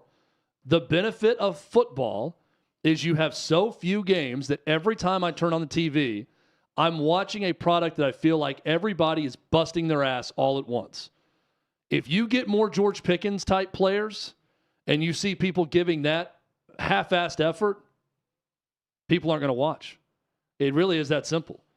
If you turn on an NBA game now versus 25 years ago, you're seeing a very different product. And you know it. Even if you're an NBA fan, you know it's different. You know it looks different. You know the pace of the game is different. Everything has changed with it. If that happens to the NFL, that's going to be a problem for them. And they're not anywhere near that. The fact this is a story right now with Pickens and Tomlin shows you that this is not common across the league. Yeah. But you don't want to see any more of that. Yeah, but it's most of the time it's common with the losing teams, right? That's when it really garners the attention, especially if the losing team happens to be Pittsburgh or Green Bay or New England or Dallas. You know, one of the teams that Buffalo, one of the teams where news is going to travel because the fan bases are everywhere. Philly. But it's even more impactful given the fact that Tomlin's never had a losing season. They're sitting right now at 7-7, and they're finishing over a stretch where they're about to host Cincinnati. They're also clawing for playoff contention. Meanwhile, Pittsburgh's falling out of it. Yep. And it's hurting the culture more than, that's just who Antonio Brown is. Antonio Brown's going, and he's an all-pro. He's all-decade team. He's helping Mike Tomlin not have a losing season. Meanwhile, Pickens is doing the opposite. And I mean, this is with or without him. This is an offense that's averaging 15 or 16 points per game. It's not like he's that impactful. It's also what Pickens said about it that makes it so much worse, right? No, it's what he did. It's not what he did said. that's awful, but also when he comes back and explains it by talking about injury and how it happens on that play. If he would have come back and was asked about his effort on that and said, it's atrocious. I don't know what I was thinking there. I don't know what I was doing. It's unacceptable, and I'm going to be better moving forward. We probably move forward quicker. And Mike Tomlin's not coming back and telling me, and shut he's saying, up. I don't want to be Tank Dell. It was similar type play, but it wasn't just that one play. And this is also coming from the same guy who earlier, after a win over the Titans, is saying he's sending out a message, feed me. He wants the football. Doesn't want to block for a teammate, though. Again, it's just and even at the goal line with a chance to score. That's what's wrong with the Pittsburgh Steelers. First quarter, you've got a guy blocking for your running back downfield at the goal line who is standing there in front of a defender, acting like it's the Pro Bowl. The Pro Bowl on the edge, with the football going the opposite direction. Instead, the football's coming right at him, and it's non-contact. It's like a practice. It's an OTA. It's a cancer that spreads quickly. Yes, it is. That's what I would caution with Mike Tomlin and the Pittsburgh organization. As they start their third quarterback. You allow one guy like that in your organization that's not there for his teammates, that's not giving his all on every play, when he sees it on film and it's called out for it, his response is to talk about watching a guy get injured and how he doesn't want to be that guy. That is a cancer that spreads quickly. So beware. The message from Dabo Swinney is it's all for one for all. You commit to Clemson verbally, no more visits. We're your university. We're your program. You're transferring? Well, you're going to have a hard practice. Former Clemson player, Terry Kennard, he's claiming on a Facebook post that Dabo Swinney was mistreating his son, Jaden, in practice. He's a safety for Clemson. He's planning on transferring. And, Chad, he's practicing for the Gator Bowl. He's going to apparently transfer after the bowl season. That's through On 3. Yeah, and apparently he told the coach he's doing that. Yes. And that's when this started. Yes. So the claim is that the mistreatment happened during practice recently, and he claims that his son's decision to leave led Dabo to mistreat him during practice. The quote here. For 2 straight days. Yes. Swinney was not having it. He made Jaden's last 2 practices the worst experience of the entirety of the time he was there. He purposely belittled Jaden, insulted him, and called him names. This 2-day public onslaught went far beyond anything resembling any kind of appropriate coach-to-athlete exchange. Coaches can use tough tactics when trying to get the best out of a player. This was definitely not that. It became obvious. It became obviously personal, and it was obviously overkill. And went on to say that there were teammates that witnessed all of this as well. And but none of those teammates have spoken out yet. He says, that's right. And he says, a man's true character is shown and will come out during the times of forced change. He's referencing Dabo there, who, of course, puts forward a way different perception of this type of coach. But there's no doubt, Chad, that he takes exception to those who don't want any part of his program. And he takes it as a slight if you even think about another program after committing. Not just committing in recruitment, but what do you make of isn't it odd, though, if you're telling the coach you plan on transferring that you're just going to continue out the bowl season? Yeah, so I've got big thoughts on this, okay? So Jaden is on the scout team, right? His dad even says it appears as though our son Jaden, a scout team player who had yet to get any real opportunities to perform on the football field, had to bear the brunt of Swinney's frustrations.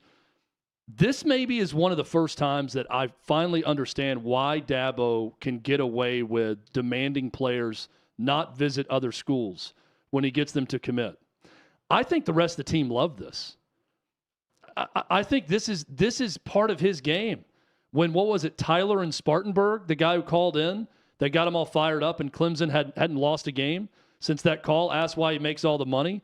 Dabo Swinney is the ultimate. It is us or you. You're either in here or you're out. And if you're out, you're way out. And I'm going to let everybody know how far out of this circle you are. He's that type of guy.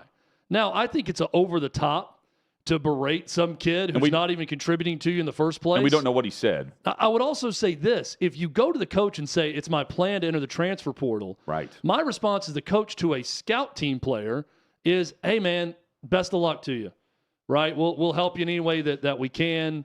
Your dad was a football player here. You can come back whenever you want. But I'm not going to lose any sleep over that in today's era of the transfer portal, right? It's admirable this kid said, I want to finish out my commitment to the team and play in this bowl game and see it through to the end as a practice squad player. But if I'm his parent or if I'm Dabo Swinney, my advice to him would be, if you're leaving, then leave. It's no point in you going out there and practicing with us because you're not with us. This is the team that's going to go play in this Gator Bowl. I want to practice with them. If you're leaving the program, leave. Because when you stay, it leads to an awkward situation like this, where you're basically being made fun of as an example of everyone that's not with the Clemson program in front of the rest of the players that are playing. And we also, be specific on what the abuse was. What the ridicule came down to with all this. Armando Salguero joins us. The top NFL headlines across the league. He's got them next.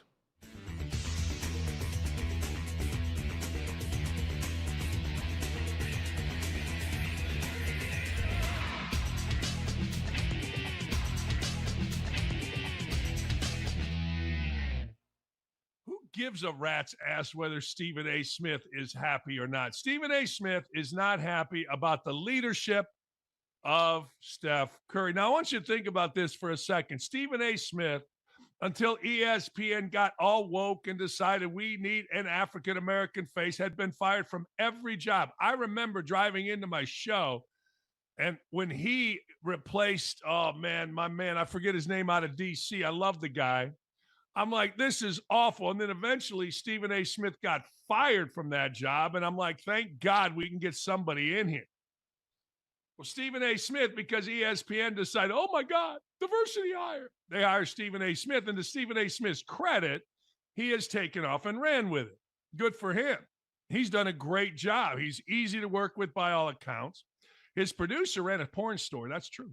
Had a porn company. But I digress. I don't know if she still is the producer, but one night when everybody got snowed in, I was just having a drink with a couple of guys, and she was sitting there, and they started talking about her porn company, and I was intrigued. Anyway, true story. Next thing you know, Stephen A. Smith played at Winston-Salem. He averaged no points. Smokey Gaines, legendary head coach, had to kick him off because he was such a pain in the ass. But yet somehow, some way, Stephen A. Smith can attack. That's right. He can attack Steph Curry. Now, look, I'm not mad at the premise. I'm not mad at the premise of, look, Golden State Warriors, why don't you do something with Draymond Green? But I am not happy with Stephen A. Smith being the guy. Here's what Smith said. Where's the leadership? Where's he at? What kind of impact is having? That is is he having? That's Stephen A. Smith on Steph Curry. Well, see, this is what you don't do. You don't respond back if you're Steve Kerr, because that is what Stephen A. Smith is dying to have. I told you the story, Eastern Conference Finals, Pacers and the Heat. I think it was. He's walking around trying to look important, and guys are laughing at him because they know he doesn't know jack shit about basketball. So Steve Kerr jumps back. For anyone to question Steph Curry's leadership, is actually kind of sickening. Saw some of that yesterday. Disgusting. We're talking about one of the finest human beings that I've ever been around, but that's the climate we live in. We're going to question Steve Curry's leadership. Really? You're going to do that? Think about that. And Kerr's not wrong. Look, Stephen A. Smith is a gutless wonder. Stephen A. Smith doesn't have nothing. I mean, he don't have nothing. He's got no basketball chops. You hear him talking basketball on TV. He doesn't know nothing.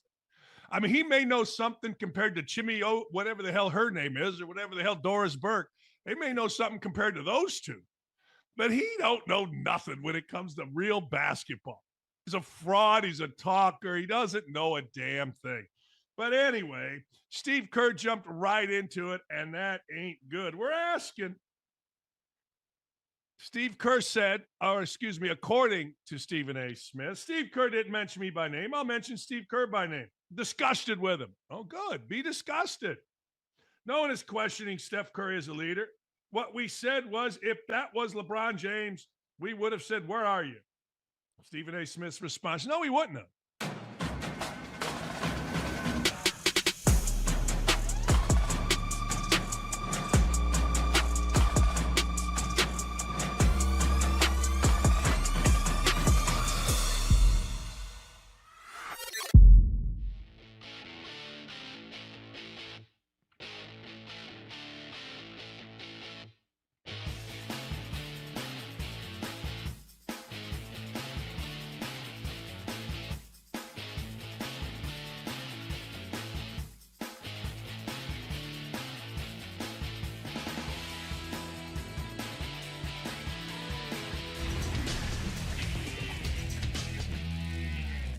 Hot Mic with Hunter Withrow rolls on across the OutKick network starting January 3rd.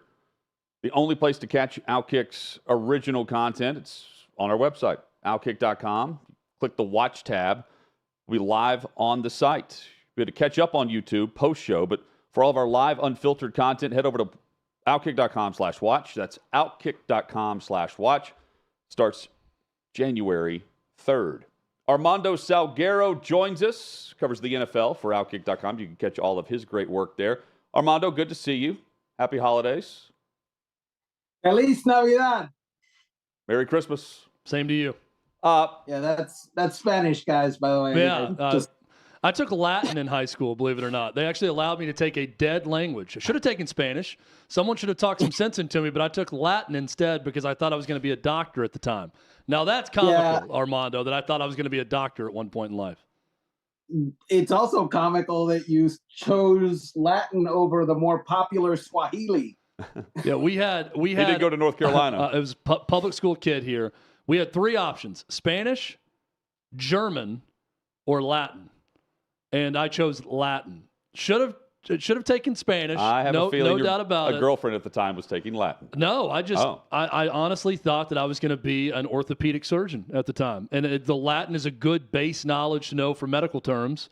So I'm thinking I'm going to take Latin and I'm going to be a doctor. And then I had one semester, I think one organic chemistry class was one of them early on. I said, you know what? I'm going to get into sports broadcasting. You were instead. great in spelling bees, though.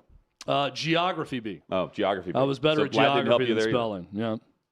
What's going to help Pittsburgh's locker room or the Eagles' locker room at this point, Armando? There's a lot of chatter that we don't normally hear from those organizations this time of year.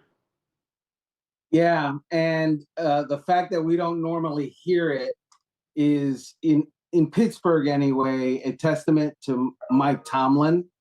The fact that we're hearing it now is driving Mike Tomlin crazy because he hates that. You have to understand, this is a coach who had Antonio Brown on the roster for 8 years. And we didn't know Antonio Brown was a jerk. You're right. Until like year 8. It was like they kept, can you imagine That's impressive. How much garbage and stuff they kept under wraps for year after year after year? And here we are in year, what is it, 2 of George Pickens? Is it year 2? Or it is year 2. And already he has out garbaged Antonio Brown in public. It's stunning. The fact also stunning is the fact that George Pickens declines to block. Yes. Doesn't want to block for a teammate at the goal line, tells reporters that the reason for it is that I don't want to get injured, tells reporters also that they are not able to judge him because they're reporters and they've never played in the NFL. And no one who has ever not played in the NFL can judge him. And the thing that Mike Tomlin is really focused in on is the fact that it got out. So he has this emergency press conference to talk about how we have to leave the process in-house, do this in-house so it doesn't get out. And here's my message to Mike Tomlin. Your problem isn't that it got out. Your problem is that your star wide receiver didn't want to block for one of his teammates at the goal line for fear of getting hurt. That's the problem. Well, I mean, also, he's still on the roster. That type of effort normally gets you booted. Not from the superstars, but, I mean, George Pickens would be picked up. But to me, I mean, this is an offense that's averaging 15 or 16 points per game. You've got Tyler Boyd, who went to Pittsburgh, who's playing for Cincinnati, who they play this week in Pittsburgh, saying, quote, it just shows the lack of camaraderie that's over there. I really can't talk for anybody, but like when things ain't going well, you still got to perform at a high level and do what you can to help your team. He's speaking about Steelers wide receiver George Pickens. Even the teams they're playing are willing to say something. That's the unusual part, is that Tomlin has this going on, and this isn't the first time he's had to speak on behalf of something that George Pickens has said or done. Yeah, so I wouldn't get rid of George Pickens. I mean, General Manager Mondo would not cut George Pickens, because the assumption is that George Pickens is going to age and in the next couple of years, like we all do. And during that time, he will mature. He will because he's obviously immature now, right? He's either that or just dumb. But I'm going with immature. And so I'm hoping, and the Steelers should hope, that wisdom will somehow come upon him and he will mature and he will start to see things differently and will understand that's not how you act as a professional on the field. And you got to do different. I totally hope that happens for him. But it's the same guy that last year, in DK Metcalf style, is blasting the corner on a run play on the opposite side of the field when he's not expecting, the stalk block. Those clips are going across social media, and he's getting praised for, the mentality of, of course he's a Pittsburgh Steeler. And then what I saw, and there was an interception return where he's jogging the other way. As Chad says, he's yogging. He couldn't even say it was with the hard J. He wasn't not jogging, but yogging. That to me just sends a signal that he doesn't want to be there. I wouldn't be able to put up with it. And even Jaylen Warren has said he would block for George Pickens. Yeah.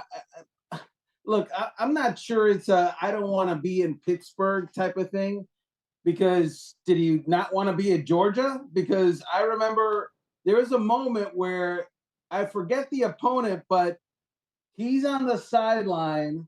The opposing offense is on the field. One of the opposing ball carriers falls into the Georgia sideline, and he takes his water bottle that he's holding and he sprays the opposing player, which, again, either immature or dumb.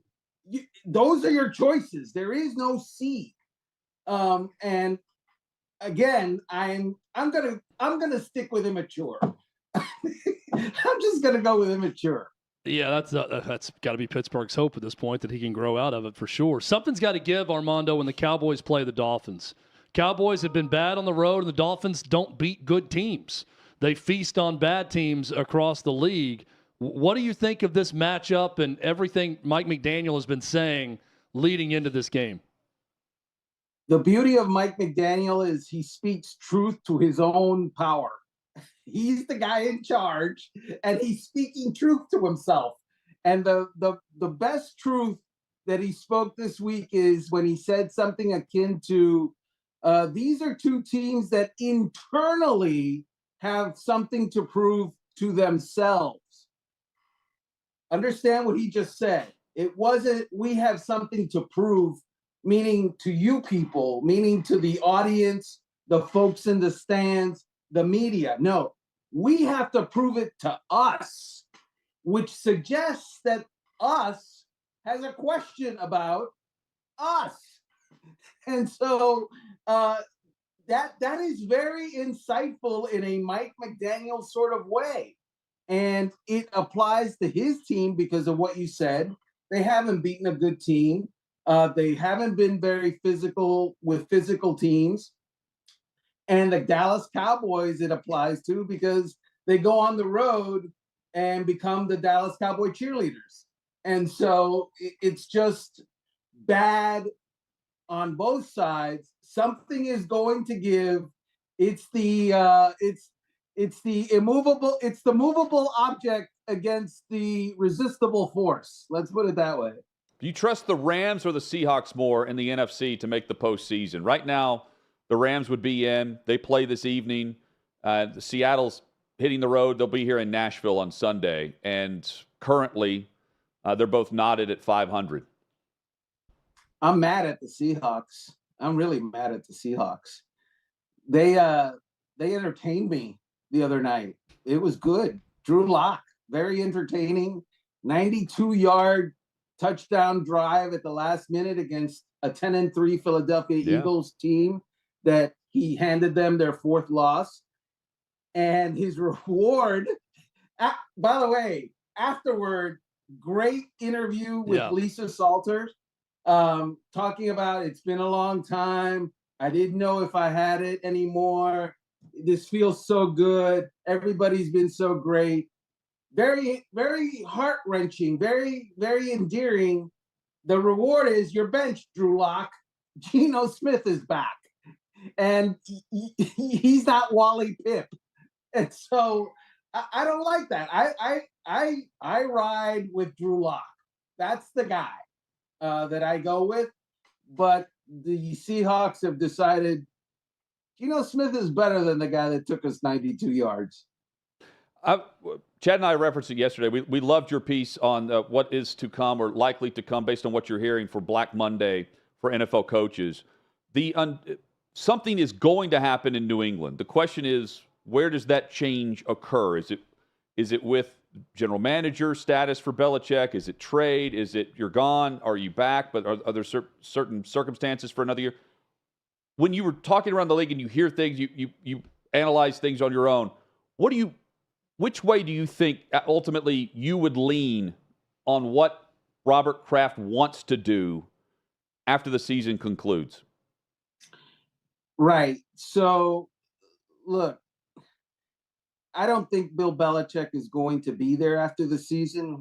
Wow, big revelation right there. But it is an issue that you have to go through the exercise because what if Robert Kraft tells Bill Belichick, Bill, you're an elite coach. You've been that forever. You're just a sucky general manager. Would you mind not being the general manager anymore? And that is a post that he has had for, close to 2 decades. I don't know that Bill Belichick would go, okay. I don't think he would. I think he would prefer not to do that. And so that has to happen as far as a conversation is concerned. And that is the only way, that's the only reason you can't say Bill Belichick won't be back. Because what if he says, okay, and then he's back? And, we all look like foofs. The building, I think it's not a consensus yet, but the building thinking is that Bill Belichick will walk away from the New England Patriots. And that the New England Patriots will let him walk away. They won't fire him. He'll walk away. And the way that works is I am stepping away. I've done my time here in New England, and thank you very much. And the Patriots will go, Bill, thank you very much for what you've done. We love you. Good, have good luck. The negotiation there is the Patriots don't trade or don't ask for Bill Belichick, the next team whatever team Bill Belichick coaches next trades for him. And Bill Belichick obviously doesn't hold the New England Patriots to have to pay him the extra year of his contract.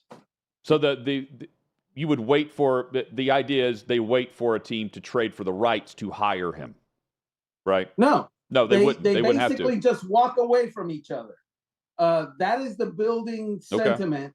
That's interesting. Look, we're not going to hold you up to the next team for a draft pick.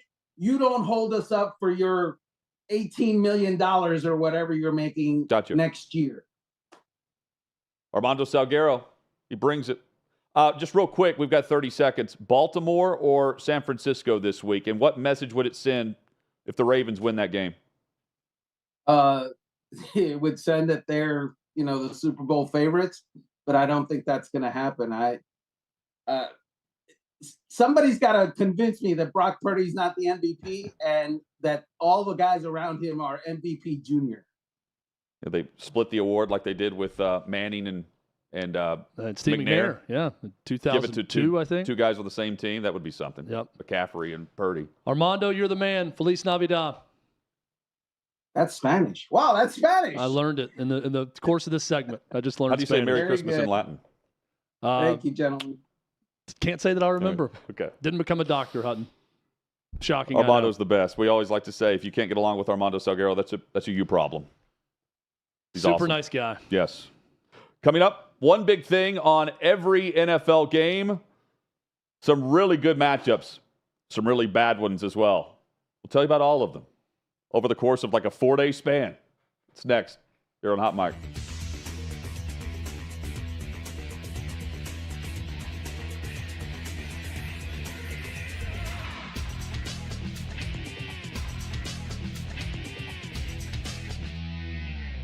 What would you spend on an engagement ring? I'm not an engagement ring type of person. But if she wanted a ring, I'd probably spend like 20 on it. 20 what? 20,000. That's a lot of money. Big and shit. You gonna get that lady a real answer? No, for real. Ain't it how much you make though? Price, I didn't really care. Size, absolutely. Had to be big enough it could be seen, and I didn't want like a basic ring. I wanted like eclectic, like vintage looking. Okay. So we did a custom order to do my ring. I didn't have a preference. I just had a gold preference, and he kind of took it from there. And you trusted him. Did he crush it? Oh yeah, he crushed it. I've been spoiled thus far, and so I don't think I could ever go back from what I received last time. Okay, so high standards. That's good. What are the standards? Okay, it was 5 carats. Okay. And it was beautiful. Mine was way too expensive. What's way too expensive? Like $45,000. Okay. Wow. You probably went with a real diamond. Very much so, yeah. Do you think that that's kind of a flex for the guy? Like, is the engagement ring, is the engagement ring only for the girl, or do you get to watch other people look at your girl's ring? Solely for the girl. Solely for the girl. You don't get any enjoyment? Couldn't care less. Do we think gender roles are a thing of the past, or we should bring them back? I feel like it depends on certain things, but I feel like now it's like a teammate. Like that should be your partner, your teammate. Like I'm not cleaning all the house all the time because I'm not your mom. I agree. We're double income, no kids, so I really like a partnership, but I don't want to take the trash out. Yeah. So he's going to have to do that. She takes the kids, I provide. Very traditional. Okay. Yes. Do you think that more young people should do that? Yes, very much so. What is it about like a motherly quality that you like? It's worked for thousands of years and it still works today. I like being girly. I'm a girl and I like being girly, so I like traditional gender roles. Okay, well, according to the 7 Hermetic principles, one of those being the law of gender, gender manifests on all levels, mental, physical, spiritual, emotional, all levels. Throughout the cosmos, there's gender. I don't know, it's a lot. It's a book I read called The Supreme Way of Men or Women or something like that, and it spoke on how whether it's 2 women or 2 men, there still has to be someone who's masculine, someone who's feminine. My friend, do you know what Riz means? Yeah, Riz is it's like game. You know what game is? Like when you're trying. I don't have any, but I know what it is. It's like the new word for game. So meaning like you're able to speak well and get, a date kind of. I do not. Do you have any guess? I could guess. What do you think? It's like, I don't know, razzle dazzle, I don't know. Kind of. Actually, you're not too far off. Charisma. Riz, charisma, been able to talk someone up. Did you read that online, or did you already know what that meant? I'm on TikTok way too much. Okay, another word that has become very popular this year. Do you know what mentee B means? I don't know any of this stuff. I'm not on social media. I don't know any of it. What about mentee B? Do people use the word mentee B in real life? What is that? You don't know mentee B? I've never heard of mentee. A mental breakdown? What? Mentee B. A mental breakdown. Oh, you have a mentee B every day. But I like that. I didn't know that, but I like that. Mentee B, is that like the chocolate mint thing? What does mentee B mean? I have no idea. I don't know what that is. Mentee B, you ever heard? You don't know mentee B? I've never heard mentee B. Never in my life.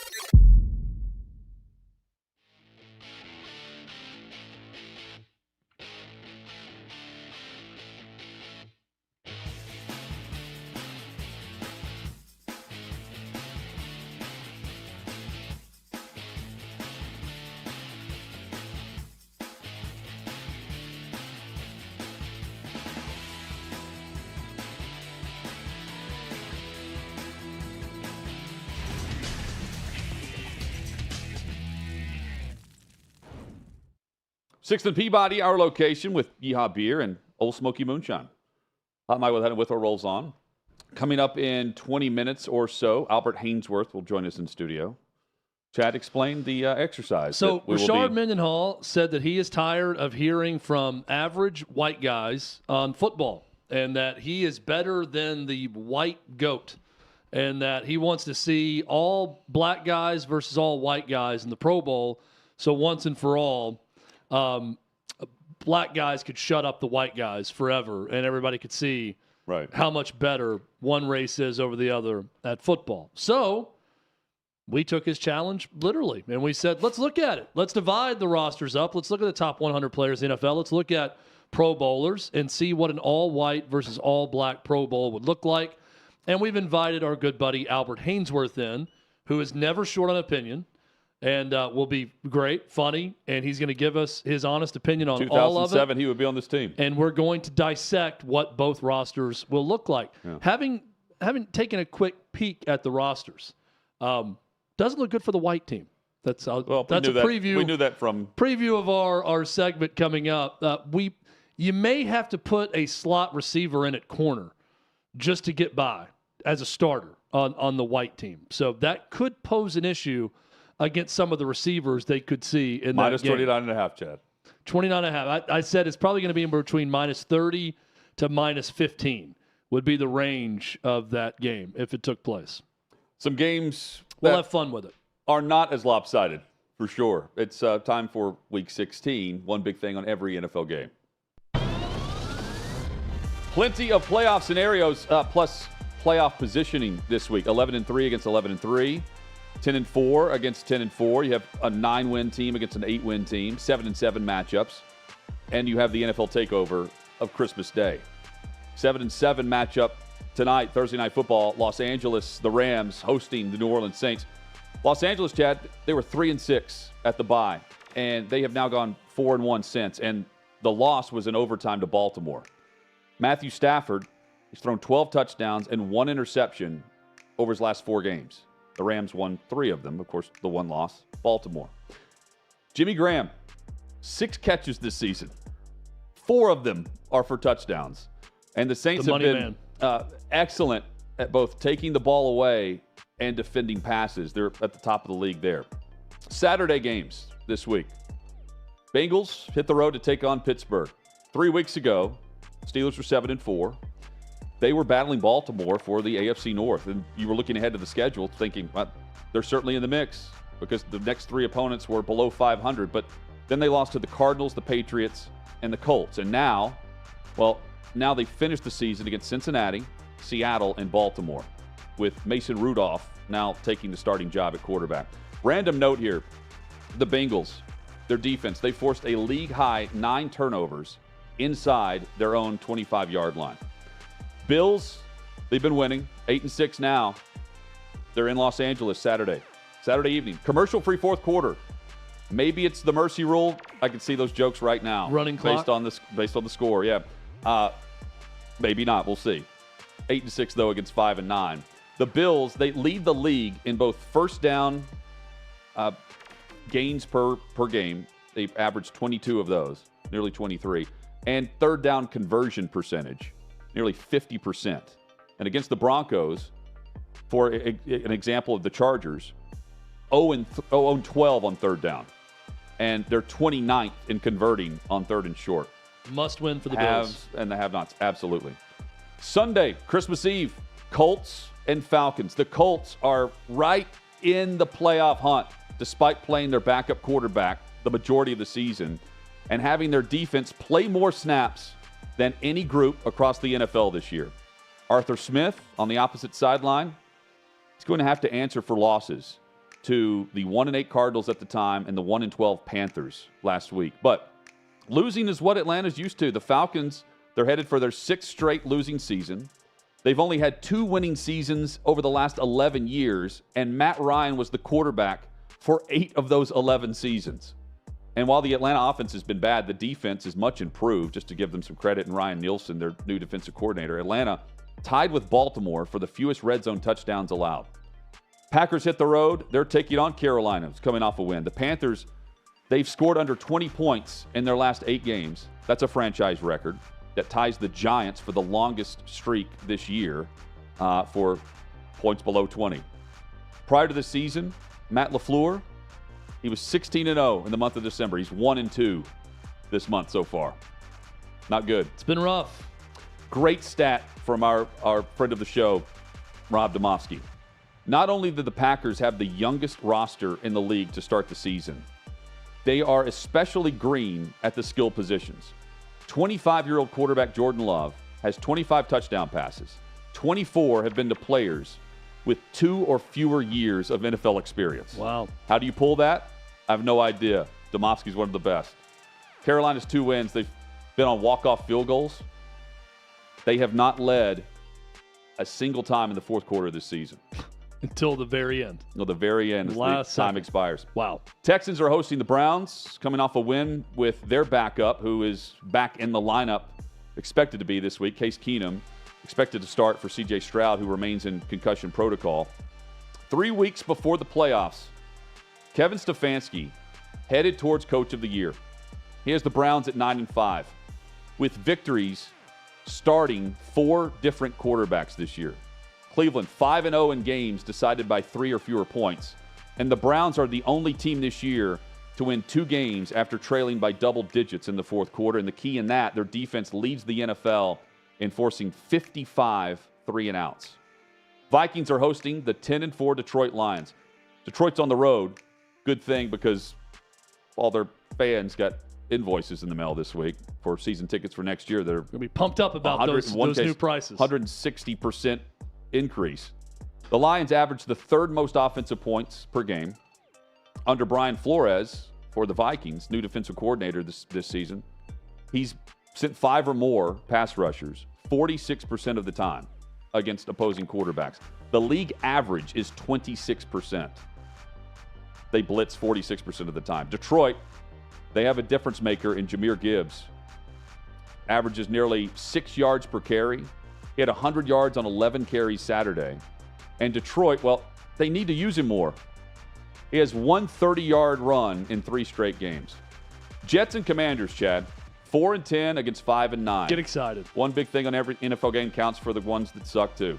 The Jets have now missed the playoffs 13 consecutive seasons. That's the longest streak in North American professional sports. Way to go. It's much to do about Aaron Rodgers, but also this. In 14 first quarters this season, the Jets have more safeties than they do touchdowns. The defense has 2 safeties. They have 1 offensive touchdown in the first quarter this season. This is painful to hear. Yeah. These stats are painful when you say them out loud. The Commanders have allowed 43 touchdowns this year. That's 7 more than they allowed all of last season. Titans and Seahawks. Titans are 5-9. Ryan Tannehill is back in as the starter for the Titans, even though they're saying that they don't know yet. It's Tannehill. If Levis can't go, he's got an ankle injury. It's like we're going to see Ryan Tannehill. Geno Smith is back in for the Seahawks, who won a big game over Philly Monday night. Seattle, though, regularly, they are among the most penalized team in the NFL under Pete Carroll. And right now, they lead the NFL with 882 penalty yards assessed this season. A lot of them on offense, not defense. Titans defense has allowed the opposing offense to reach the low red zone 15 times over the last 3 weeks. They've allowed only 3 touchdowns in those trips inside the deep red zone. Late afternoon matchups. Bucks hosting the Jacksonville Jaguars, who they were 8-3. Now they're 8-6, and they're regressing on offense. Each passing week looks worse and worse. Trevor Lawrence, not healthy. He needs to rest. Jacksonville, they were a clear playoff contender. Now are they going to win the AFC South? Three-way tie atop that division. It is. One of the Jaguars' best weapons is their punter. That's saying something because they put up points. They've been a good team. Exactly 50% of Logan Cook's 56 punts have put their opponent within 20 yards of their own end zone. That is accurate. Also accurate has been Baker Mayfield. He became the first visiting quarterback to put up a perfect 158.3 passer rating at Lambeau Field. Why do we have a 158.3 passer rating? Why can't we just have an even number? A nice round number, like 100, 150, or 200 could be the perfect passer rating. Yeah. 158.3 is an odd one to land on. I'm with you. Bears are hosting the Cardinals. Late pi afternoon is 3.14, so that's also odd.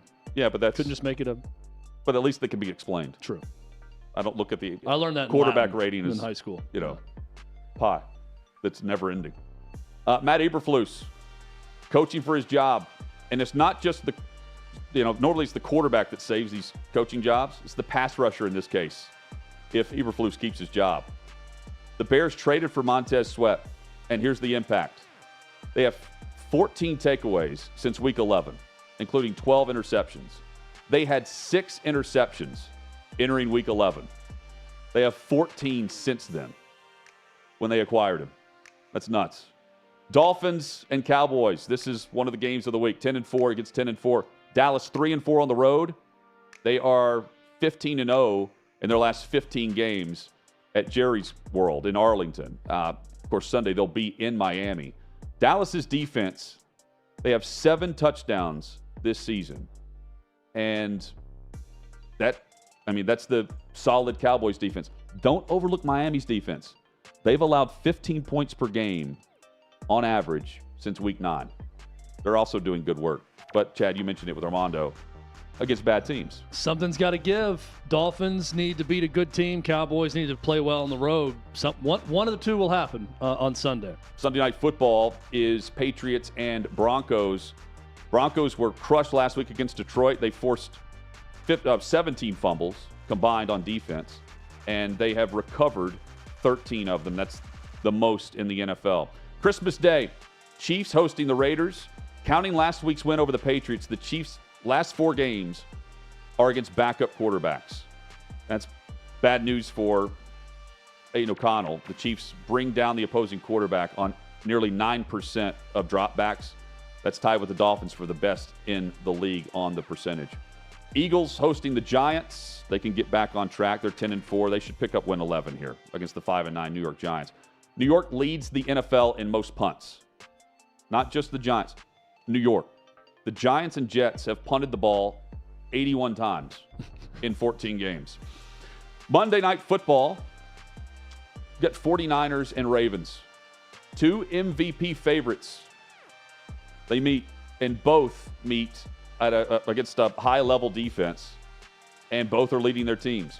Baltimore has led in the final 2 minutes of every game this season, and that's by and large because they're putting games away with their run.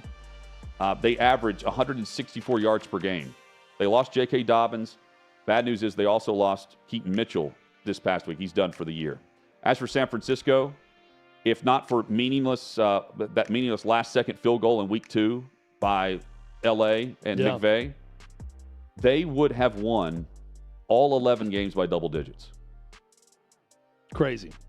And they got blown out. Should have won by 10. Yeah. Only won that game by 7. Yeah, they did. You're right. Lost in the 49ers 6-game win streak. They've committed only 3 turnovers. Their opponents have turned the ball over against them 12 times in that win streak. San Francisco plus 191 in point differential. That's 24 more than the Cowboys, Chad. They rank second in the league in that category. That's one big thing on every NFL game. Two huge AFC versus NFC games. Dolphins, Cowboys, and that one right there, 49ers, Ravens. Terrific games with those two. Late window on Sunday, a late afternoon window, and then the Christmas night finale. Yes. And think about the impact of the road team winning each game. Dallas on the road would send a statement because that quiets down some of that chatter. It would increase the talk about Miami not beating good opponents. And then if Baltimore goes on the road against San Francisco, I mean, they're already talking about they feel slighted that they're the underdog. I mean, I would have them as the underdog too against San Fran right now. But if they go on the road and win that game, that sends a statement that there's a new favorite headed into the month of January. Coming up, Albert Hainsworth joins us in studio on Hot Mic. What you're experiencing is the bold taste of a Southern legend. Old Smoky Moonshine and Whiskey, authentic Tennessee mountain-style spirits. We believe in crafting flavors that were born from tradition but defy expectation, and pioneering a new experience with every sip. Because if it doesn't do this, it ain't this. Old Smoky Moonshine and Whiskey. Come on.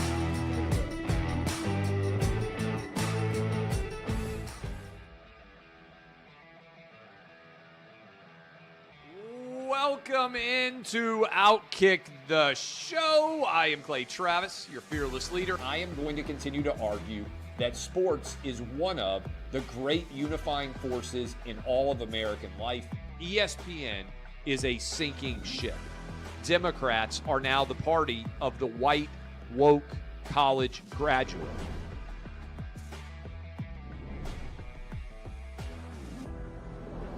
We live in a land of participation trophies. You gotta lean into the turns. You really gotta lean into the turns. When Leah Thomas walked in that first day, it got silent, and every girl was uncomfortable. Very difficult to go back-to-back years in the NFL with the number 1 overall pick. Is it fair for people to be upset with Barbie? I've been out of LA long enough to have forgotten that libs, no matter how ridiculous the scenario, are gonna live. Another week of inflation, another week with Biden with COVID, and another set of losers to crown. People don't watch the WNBA on TV, in person, on a plane, on a train, on a bus, or on purpose. I mean, what have you seen firsthand of how this has affected you in the plant and your fellow employees? Under Joe Biden, the Taliban has retaken Afghanistan.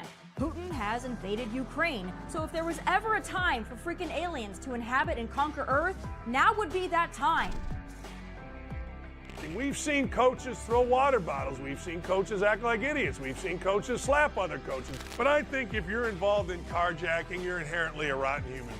The level of stupid that sometimes gets on our YouTube chat just gives me a headache. You're born a male, play with males. You're born a female, play with females. Don't at me about it. The American people are being cheated. We, ladies and gentlemen, are being cheated.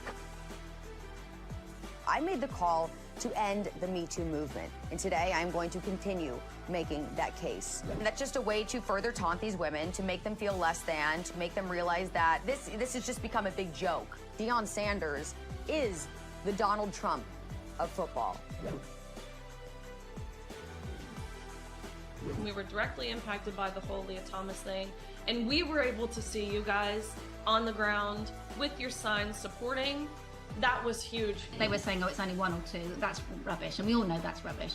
Once those trans-identifying males were able to succeed, it just encouraged others.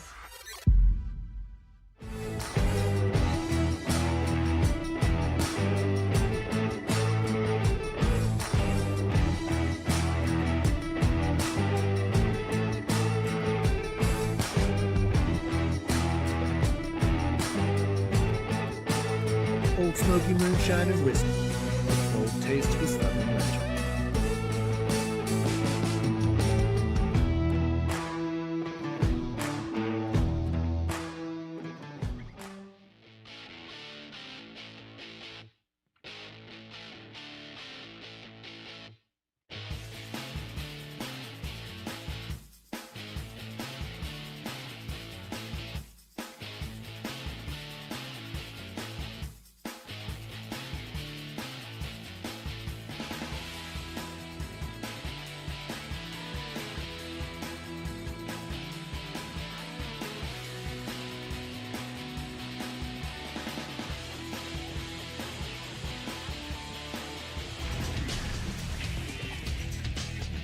Just like that, the final hour is here on the Thursday edition of Hot Mic with Hutton Withrow across the OutKick Network. Glad you're with us, streaming live, listening live.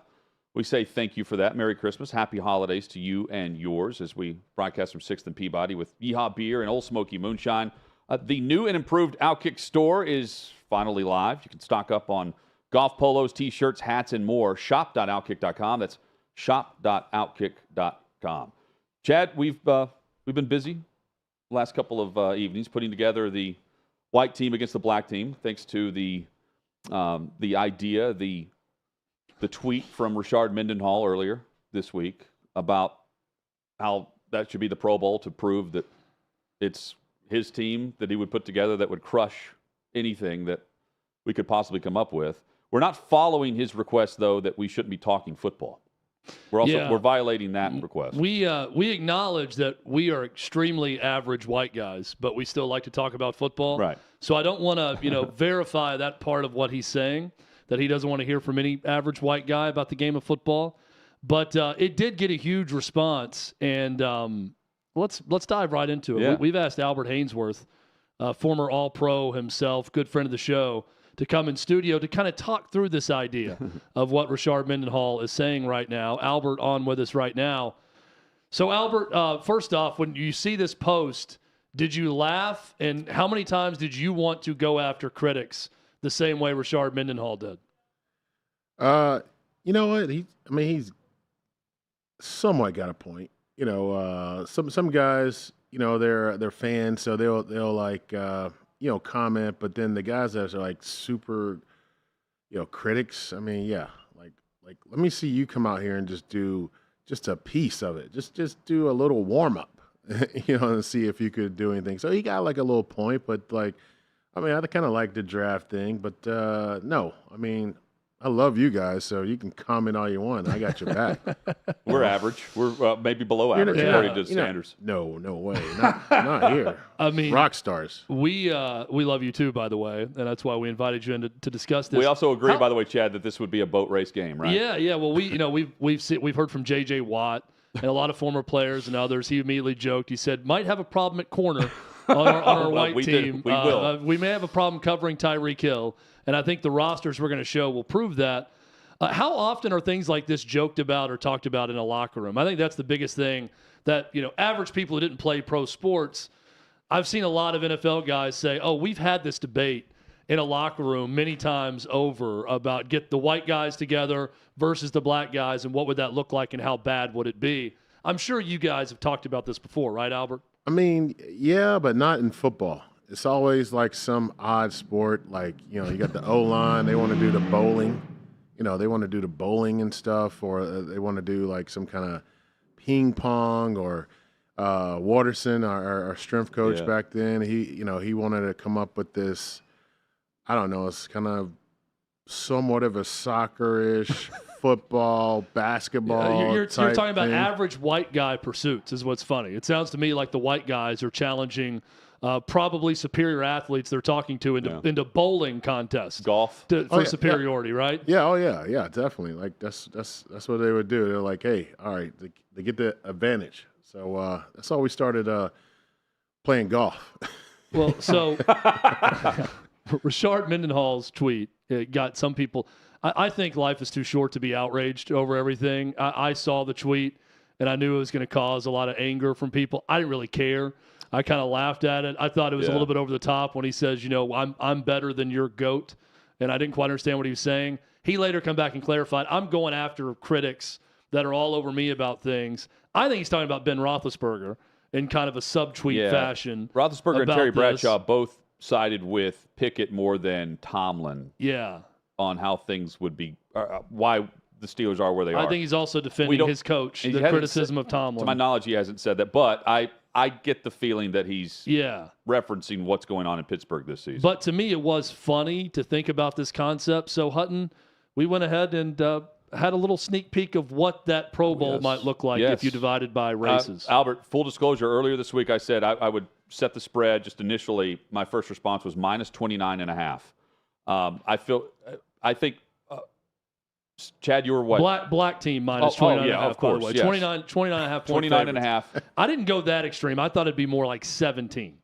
I'm thinking but two touchdowns touchdowns You plus. started at like 13, 14. I started at 13 or 14, and then I started to look at defensive back options. There are some positions, yes. And when I realized we had Bobby Carpenter on, Albert, and he said, well, the issue is you've got to move like smaller linebackers over to corner on the white guy team, right? Or move safeties up to corner is your only chance. Yeah. That's a problem. You know how difficult those guys have it on outside. That could be a problem for this white team. Here we are with the Pro Bowl. We'll show you that what we have drafted here. We start just with the quarterbacks, Joe Burrow and Josh Allen, Patrick Mahomes and Jalen Hurts. For the black offense, you have at running back, Albert, Saquon Barkley, Derrick Henry, Alvin Kamara. Yeah. On the opposite end, Christian McCaffrey and Kyle Juszczyk is where we turn. No offense. Who's Kyle? He's now in San Fran, and he's a fullback. Yeah, fullback. He was in Baltimore. Yeah, he's kind of like your hybrid. You know, he can catch some balls too. But again, not Derrick Henry. Yeah, your second team not is Derrick Henry. Yeah, that's the backup, the second to string guy. Pretty good. So far, do you like the first options for your team? Patrick Mahomes, Saquon Barkley, Joe Burrow, Christian McCaffrey. I like the competitive nature of those four names, but it's who else is around them that is going to make this lopsided. I mean, you're pretty even till you get to your fourth player. I'm not gonna lie, at those positions. Yeah. Mm-hmm. Yeah, you're saying once you get to Kyle Juszczyk, that's a problem. Yep, they're. Would you give consideration to Lamar Jackson over Hurts or Mahomes offensively as a quarterback? Or do you think those are the right two at the top? You know, I could probably switch one out. You know, right now, I would hate to say it, but I'd probably switch out Jalen and put Lamar because, Lamar going to give you that different, he can give that run. You know what I mean? He can scramble and also throw. So, by the way, pretty good to have Lamar Jackson, Dak Prescott as 3-4 options. Yeah, I'm not a on that team. Cowgirls fan. Yeah, so, can't go with the Cowboy. No Cowgirls. No. The wide receiver is where the game really turns. Starts to flex a little bit here for the offense. With Albert, the wide receiver. You would be coaching Justin Jefferson, Tyreek Hill, and Devontae Adams. On our end, Cooper Kupp, Adam Thielen, and we put T.J. Hawkinson at wideout instead of tight end. You had to get creative with some of these white skill position players and kind of move them around to some different spots and different positions. I like your trifecta a little bit better there, Albert. What do you think, though, about tight end? This is probably the one area where there's a sizable advantage on the white squad at tight end. So you're gonna run three tights? Well, we'll do whatever we have to. 4 tights because T.J. Hawkins is going to play receiver also is what we had on the roster. I mean, you got to put Kupp in there. So run some short routes, I guess. We're not going deep very often. Yeah. And we're not blocking much, I guess. You don't like the offensive line, you're saying? Oh, no. Come on now. Trent Williams is my guy. Armstead behind him, plus Tunsil. Yeah. Tyler Smith, Zach Martin. I'm just talking about our tight end. We're going to chip. We got to chip. Well, you got some great not linebackers, but DNs too. Yeah, we're going to definitely have the chip. Also, the X Factor players we threw in here. Taysom Hill for the white team, and in the mythical Pro Bowl matchup, Debo Samuel as one that Albert requested, Chad. You got to. They can do it all. These are some throwback guys that can do a little bit of everything. Let's take a look at defense now. This is where the game. This is where it goes south for the white team, to where you're going to be hard pressed to have press coverage on any receiver that we just saw for the black offense, because Riley Moss at corner out of Iowa, and Albert. Then you got to go to Braxton Berrios as a slot receiver being moved over to the defensive side. That's a problem. You've seen bad cornerback play in the NFL, and you know how that can cost a football team. Oh, yeah. What do you think about this white squad's defensive back play? Hey, as long as we block up front, we're good. Yeah, we need Nick Bosa and Max Crosby to just go off. I don't think you need to block that long either for guys to get open against these defensive backs either. That's also good news.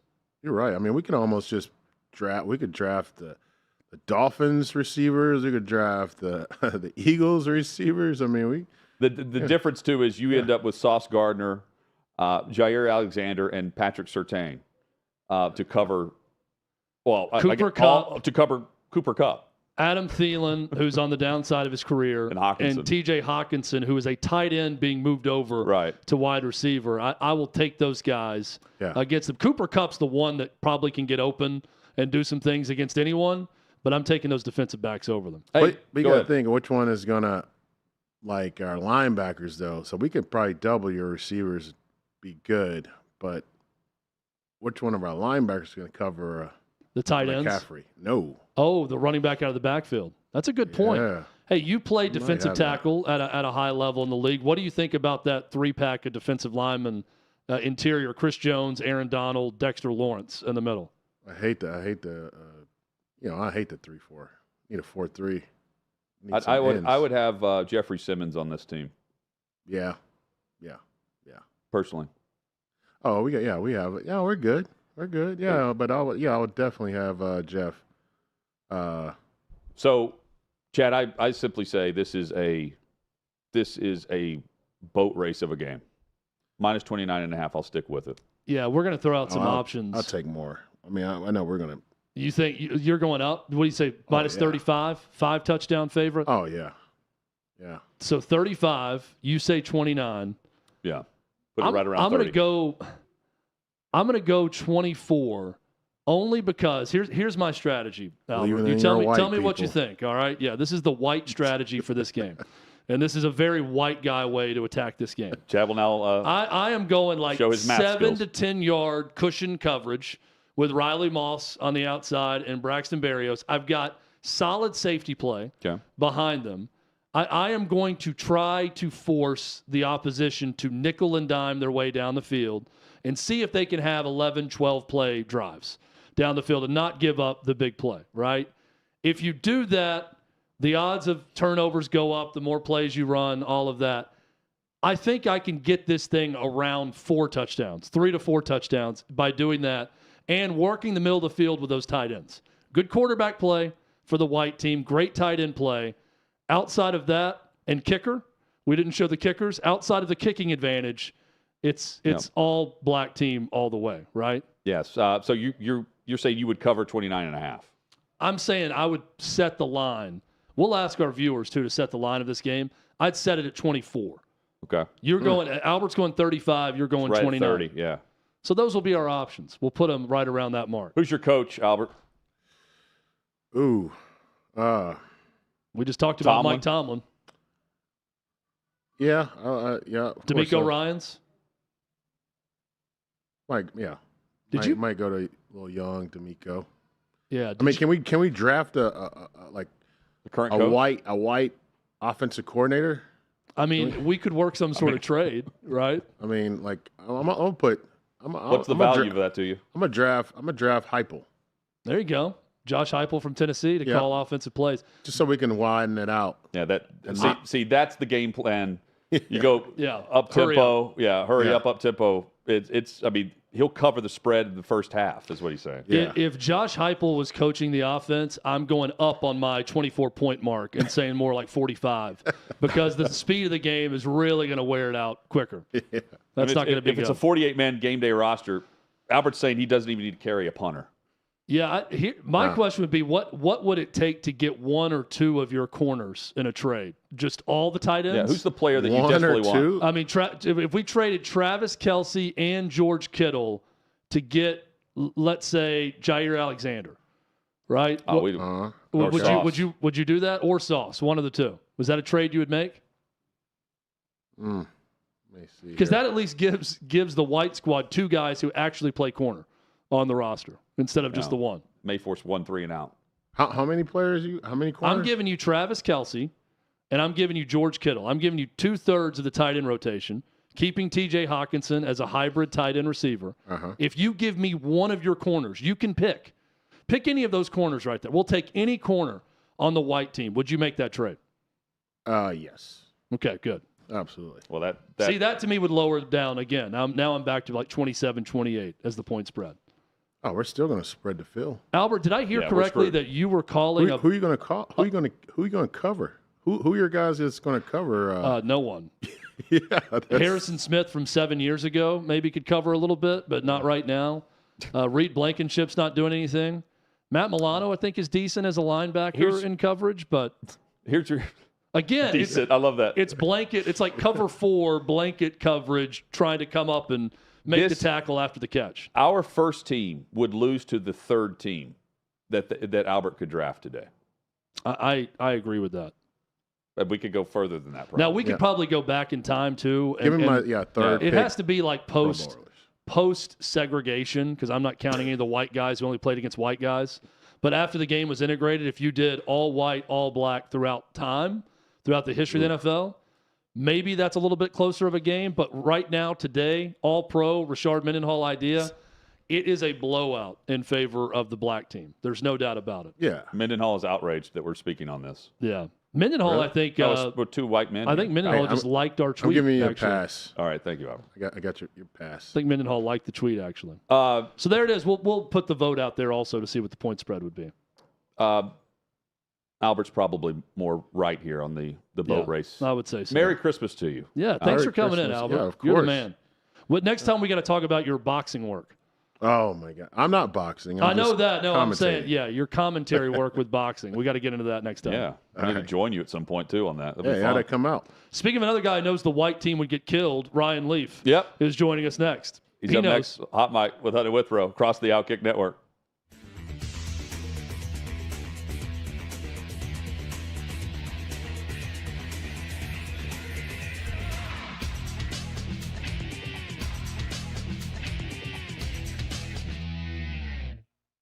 It depends on certain things, but I feel like now it's like a teammate, like that should be your partner, your teammate. Like I'm not cleaning all the house all the time because I'm not your mom. I agree. We're double income, no kids, so I really like a partnership, but I don't want to take the trash out. Yeah. So he's going to have to do that. She takes the kids, I provide. Very traditional. Okay. Yes. Do you think that more young people should do that? Yes, very much so. What is it about like a motherly quality that you like? Worked for thousands of years and it still works today. I like being girly. I'm a girl and I like being girly, so I like traditional to girls. Okay, well, according to the 7 Hermetic principles, one of those being the law of gender, gender manifests on all levels, mental, physical, spiritual, emotional, all levels. Throughout the cosmos, there's gender.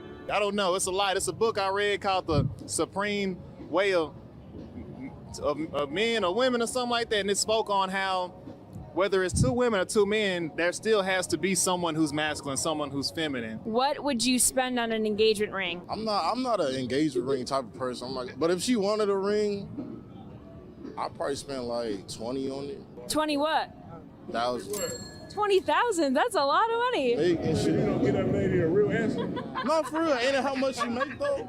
Price, I didn't really care. Size, absolutely. Had to be big enough it could be seen, and I didn't want like a basic ring. I wanted like eclectic, like vintage looking. Okay. So we did a custom order to do my ring. I didn't have a preference. I just had a gold preference, and he kind of took it from there. And you trusted him. Did he crush it? Oh, yeah, he crushed it. I've been spoiled thus far, and so I don't think I could ever go back from what I received last time.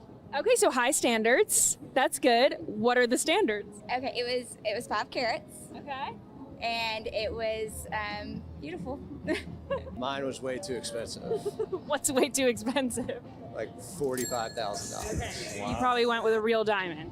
Very much so, yeah. Do you think that that's kind of a flex for the guy? Like, is the engagement ring, is the engagement ring only for the girl, or do you get to watch other people look at your girl's ring? Solely for the girl. Solely for the girl. You don't get any enjoyment? Couldn't care less. Red flags in dating, because obviously you found each other. Did you have any icks that you overlooked, or is he perfect? No, he's perfect. We had a nice night out at the bar. Fought over a toy shark, and that's how it all got started. What don't you like? Red flags? Cheating, lying, stuff like that. Yeah? Yeah. What are you looking for in a woman? Honesty, respect, in love for herself. Some green flags are loyalty and trustworthy. Red flags are seeking attention from other women. Jealousy, probably biggest thing, especially being around other girls all the time and having other girlfriends. That would be the number one thing, is jealousy. Red flag is they're on their phone too much. Green flag is they're on their phone a lot with you. Well, look for loyalty. That's it. I'm 24, so it's hard to come across that like when you're young. So that's really all I look for, really, honestly. What were deal breakers?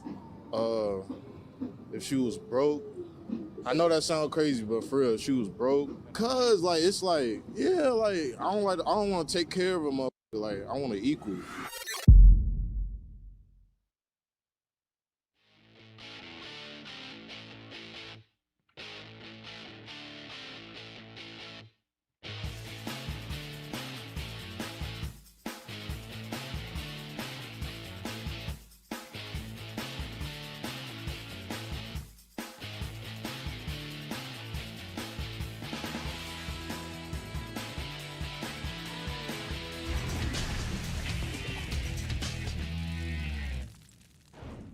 Sixth and Peabody, our location with Yeehaw Beer and Old Smoky Moonshine. Glad you're with us. Merry Christmas. Happy holidays to you and yours.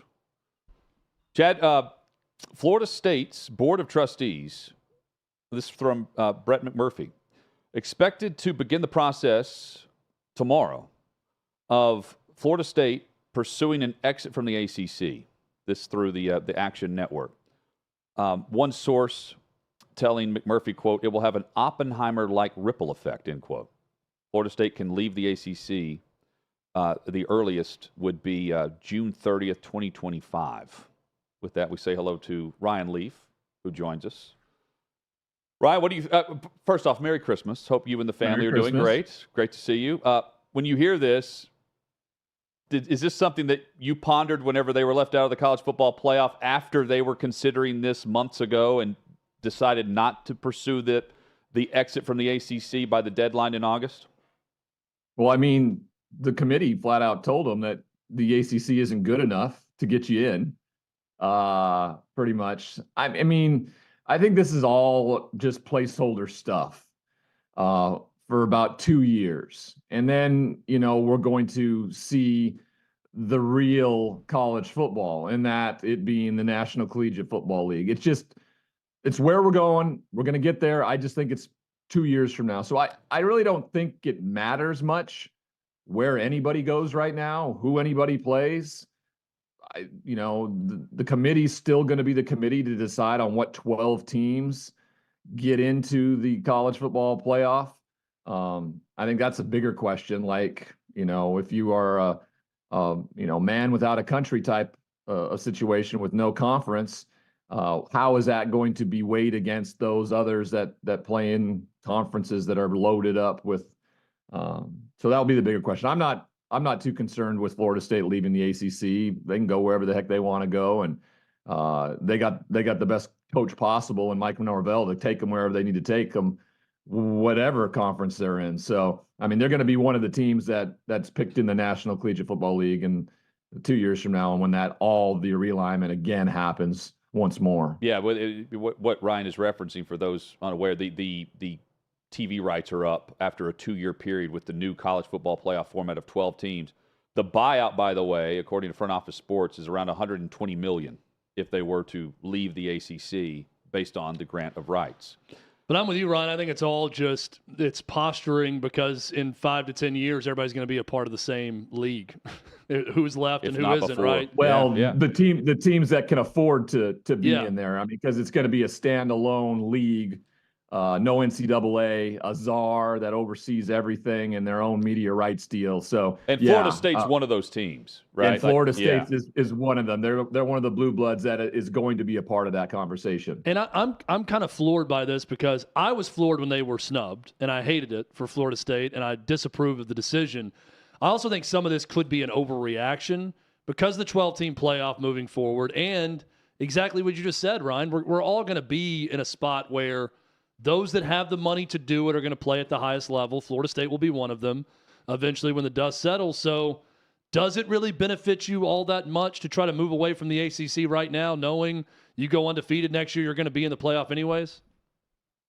Yeah, I mean, the price tag for it for me is the thing that's in my mind untenable, but clearly college athletics has showcased that, hey, it's a drop in the bucket in some of those instances. So that would be my only disclaimer in all this. Like, hey, it's going to go to 12 teams next year. You've showcased how you can navigate the transfer portal really well, Coach Norvell. You put together a great team, as you showcased, without your starting star quarterback. You still found a way to win games against your rival Florida, and then in a ACC championship game. So I think that speaks volumes to the character of this football team and what they have moving forward. So yeah, I just, if somebody wants to foot the bill and they can go off and do what they want for a couple years, and maybe maybe it's a little bit of a, here, have this type of mentality, fine. But that's a lot of money that, you could probably use differently to help benefit your program. Yeah, I mean, you'll potentially host a game in the playoff next year and make money, and it's $120 million over 2 or 3 years. Not worth it, potentially. Ryan Leaf with us, host of the Straight Line Pod. You can catch him on social at Ryan D. Leaf. Thursday Night Football, as we switch gears and look at the NFL. Tonight, it's the Rams hosting the Saints. Many believe that the Rams at 7-7, if they make their way into the postseason, they could present a problem to who they would play on the road. Do you view the Saints in the same way?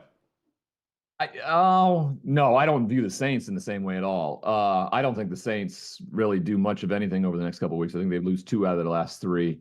And I really had a lot of high hopes for New Orleans. I thought Derek Carr was going to be a difference-making variable that got this team over the top, especially with the schedule that they had. And they couldn't figure out the red zone at all. They couldn't score the points when they needed to. Finally, they went out and then got Jimmy Graham and didn't use him until weeks 15 and 16, it seems like. But for the Rams, that's a different story. The Rams can present problems because they have 4 of the best players at their positions in the NFL, right? Cooper Kupp at wide receiver, Matthew Stafford at quarterback, Aaron Donald at defensive line. And then I consider this a position and Sean McVay as head coach. I mean, those 4 guys, they can find a way to get to 9-8, which is a real possibility, winning 2 of the next 3. That gets them into the playoffs at the number 7 seed. I don't think the 7 seed in the NFC is going to do any damage simply because of what the top 3 teams look like. And you may even want to throw Detroit in there in that conversation because of how well they're playing and to see how well they finish. But I think what it showcased about the Los Angeles Rams is they're very capable.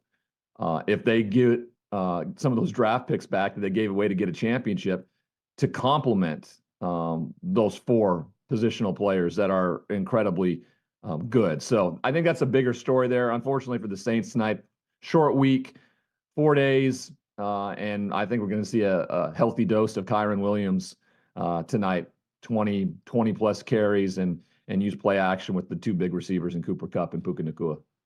Ryan, there's a lot going on in Pittsburgh right now with that Steelers team, and they get Cincinnati this weekend. What do you think about that matchup and sort of the state of both of those teams right now?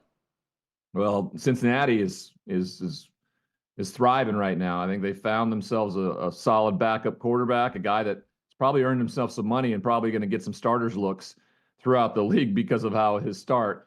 They're going to be without Jamar Chase, but T. Higgins is a wide receiver 1 in anybody else's books, and it's given him a chance to earn some bigger dollars there during free agency. So I'm not too worried about Cincinnati right now. The bigger question is what has happened to the Pittsburgh Steelers? I mean, the standard that is the standard there means not what I think Mike Tomlin thinks it means right now. The standard for the Pittsburgh Steelers is,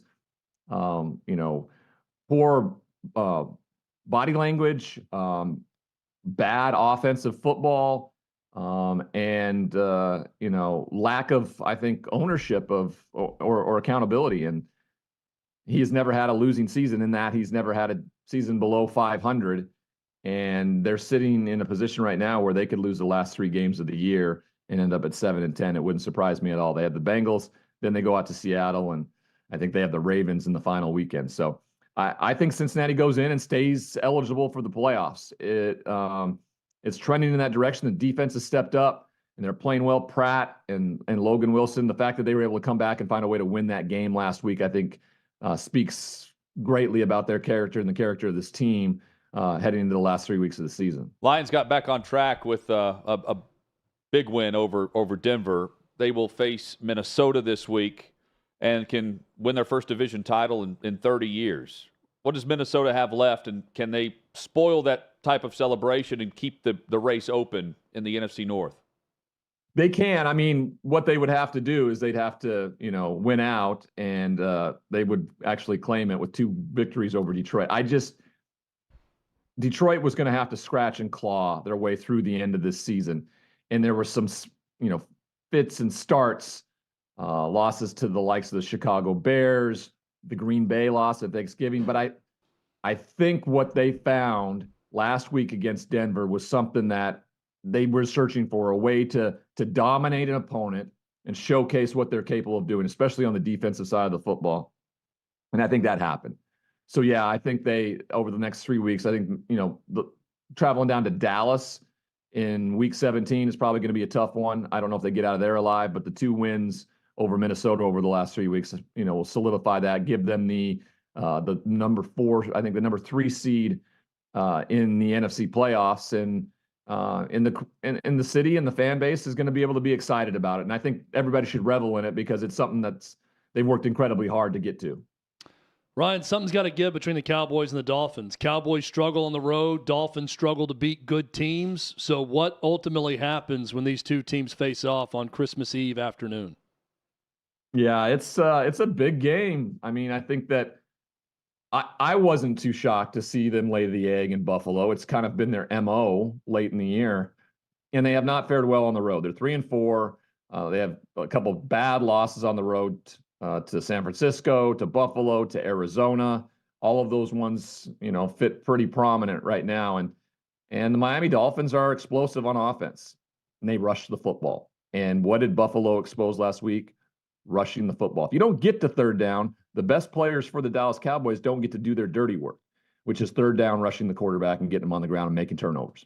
So they didn't get to see that or have that happen. This is huge for Dallas because simply, they're not going anywhere in the playoffs if they have to go to San Francisco. And it may be a moot point now after the loss last week to Buffalo because they can't catch them in terms of the tiebreaker either. But it's big for them at least to try to find a way to win the East and have a home game, because maybe they don't go to Tampa Bay and win in the wild card like they did a year ago. It's difficult. For the Miami Dolphins, they're trying to sew up a 1 seed too. A win here would be huge. A win would go a long ways because it wouldn't allow I don't think it would allow Buffalo to win the East then if they were able to get a win over them. They need to find a way to get 2 wins to win the East, because if Buffalo goes undefeated the rest of the way through with them playing in Week 18, it still can be Buffalo's AFC East, which is incredible to think, where people were just, packing them down the river just a couple weeks ago. Plenty at stake with the matchup, Baltimore and San Fran, just considering, well, we could be watching the MVP race right in front of us, and also a potential Super Bowl matchup. This is a very, very reasonable matchup that could be repeated on Super Bowl Sunday, and for Baltimore, they got a significant finish, big win at Jacksonville. I called that game last week in Jacksonville, and they were dominant. Lamar Jackson was special. There's nothing, any sort of referendum or anything if Baltimore goes to the best team in all of football right now on the road and gets beat. There's nothing there. I can't wait for the game. I can't wait for the matchup. I think it's going to be incredibly good. I think losing Keaton Mitchell is a big deal for the Baltimore Ravens. I think it affects them and how they rush the football, especially with some of the speed he had. But I like Baltimore regardless of how the outcome of this happens. The big one for me is against the Dolphins next week. If they win that one, they win the 1 overall seed, and that means everybody in the AFC has to go through Buffalo, or everybody has to go through Baltimore. And I think that's a really difficult proposition to ask for every team in the AFC. It'd be the first time that the Kansas City Chiefs actually had to do it. We're going to see Lamar Jackson have a chance to solidify this stuff too, as far as surpassing Purdy or McCaffrey for the MVP vote. Yeah. I mean, he's certainly the guy that makes everything go in Baltimore. His statistics aren't necessarily going to be flashy, but if they get the number 1 overall seed and he outclasses Purdy and McCaffrey in this matchup head to head, that would go a long way to determining the MVP when it's all said and done. Would you go McCaffrey or Purdy? Oh, Purdy by far. It's a quarterback award for as much as McCaffrey's been good, the guy still has to be distributed to. Like, if Purdy didn't exist, McCaffrey would not be getting the rock. He doesn't get the ball the same way from other quarterbacks. Just never has. Why wasn't, Sam Darnold and Baker Mayfield, and before that, PJ Walker and the quarterback play in Carolina different? It's not. Brock Purdy right now, if you were taking the vote, Brock Purdy is the most valuable player in the NFL. And it's close with Lamar, I would say, but outside of those two, I don't think it's close anywhere else. It's nuts, too, because of his salary. You're looking around the league, he's making like $800,000. Can't get an extension until after next year, which allows San Francisco more cap space and the luxury of trading for a lot of really good players. He's got a roommate. It's so expensive to live in San Francisco. Yeah. Get it right in the draft, folks. They did. Wow. Well, they missed, and then they did. It's crazy how it works out for them. They swung and missed, and then their momentum swung them around, and they got a hit on the back end there, man. It was fun to watch. Ryan Leaf, always a hit. Merry Christmas to you, man. You and the family. Enjoy the weekend, and can't wait to catch up soon. Awesome. Appreciate y'all. You guys have a wonderful holiday. I'm headed to I got Chiefs Raiders Christmas Day. Oh, nice. Well, back to Arrowhead. What could go wrong for me? Merry Christmas. Nothing like watching Chiefs Raiders on Christmas Day and working that game. Thanks so much, Ryan. Bye, guys. Arrowhead will be a fun environment there. Yeah, for the holidays. Won't be fun for Aiden O'Connell. I don't think it will. Chiefs pass rush. I don't think the Raiders fans will be having much fun. No. Coming up, let's dive further into Florida State and the possibility they could be exploring the option tomorrow of leaving the ACC. What you're experiencing is the bold taste of a Southern legend. Old Smoky Moonshine and Whiskey, authentic Tennessee mountain-style spirits.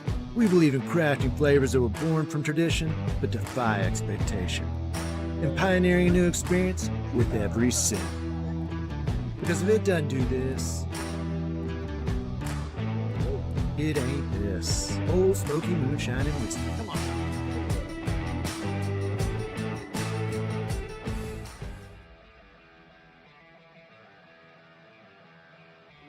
Welcome into OutKick the show. I am Clay Travis, your fearless leader. I am going to continue to argue that sports is one of the great unifying forces in all of American life. ESPN is a sinking ship. Democrats are now the party of the white, woke college graduate.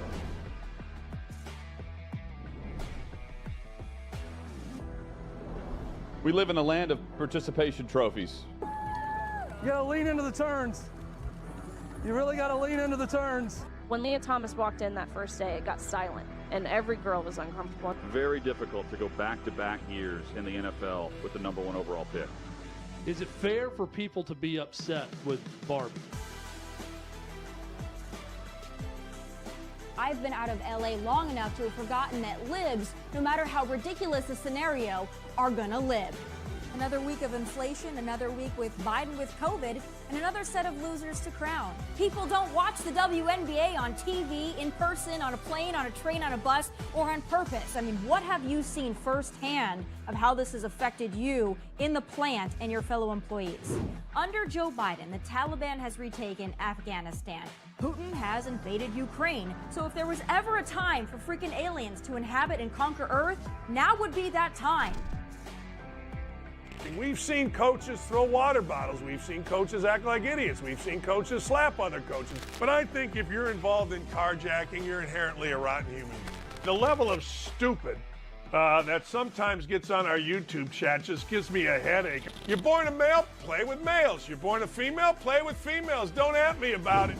The American people are being cheated. We, ladies and gentlemen, are being cheated. I made the call to end the Me Too movement, and today I'm going to continue making that case. And that's just a way to further taunt these women, to make them feel less than, to make them realize that this has just become a big joke. Deion Sanders is the Donald Trump of football. We were directly impacted by the whole Leah Thomas thing, and we were able to see you guys on the ground with your signs supporting. That was huge. They were saying, oh, it's only 1 or 2. That's rubbish, and we all know that's rubbish. Once those trans-identifying males were able to succeed, it just encouraged others.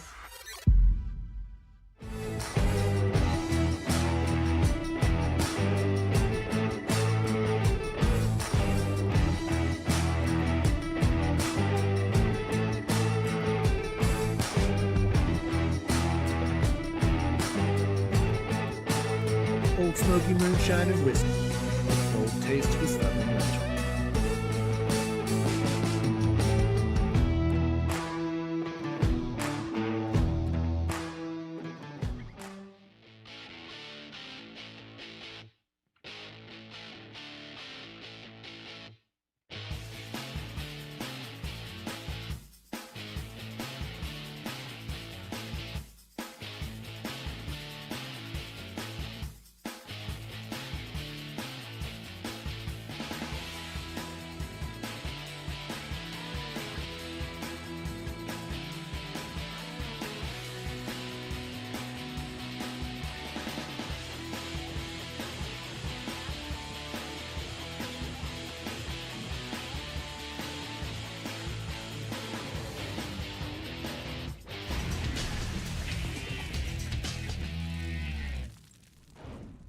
Got the Saints and Rams tonight on Thursday Night Football.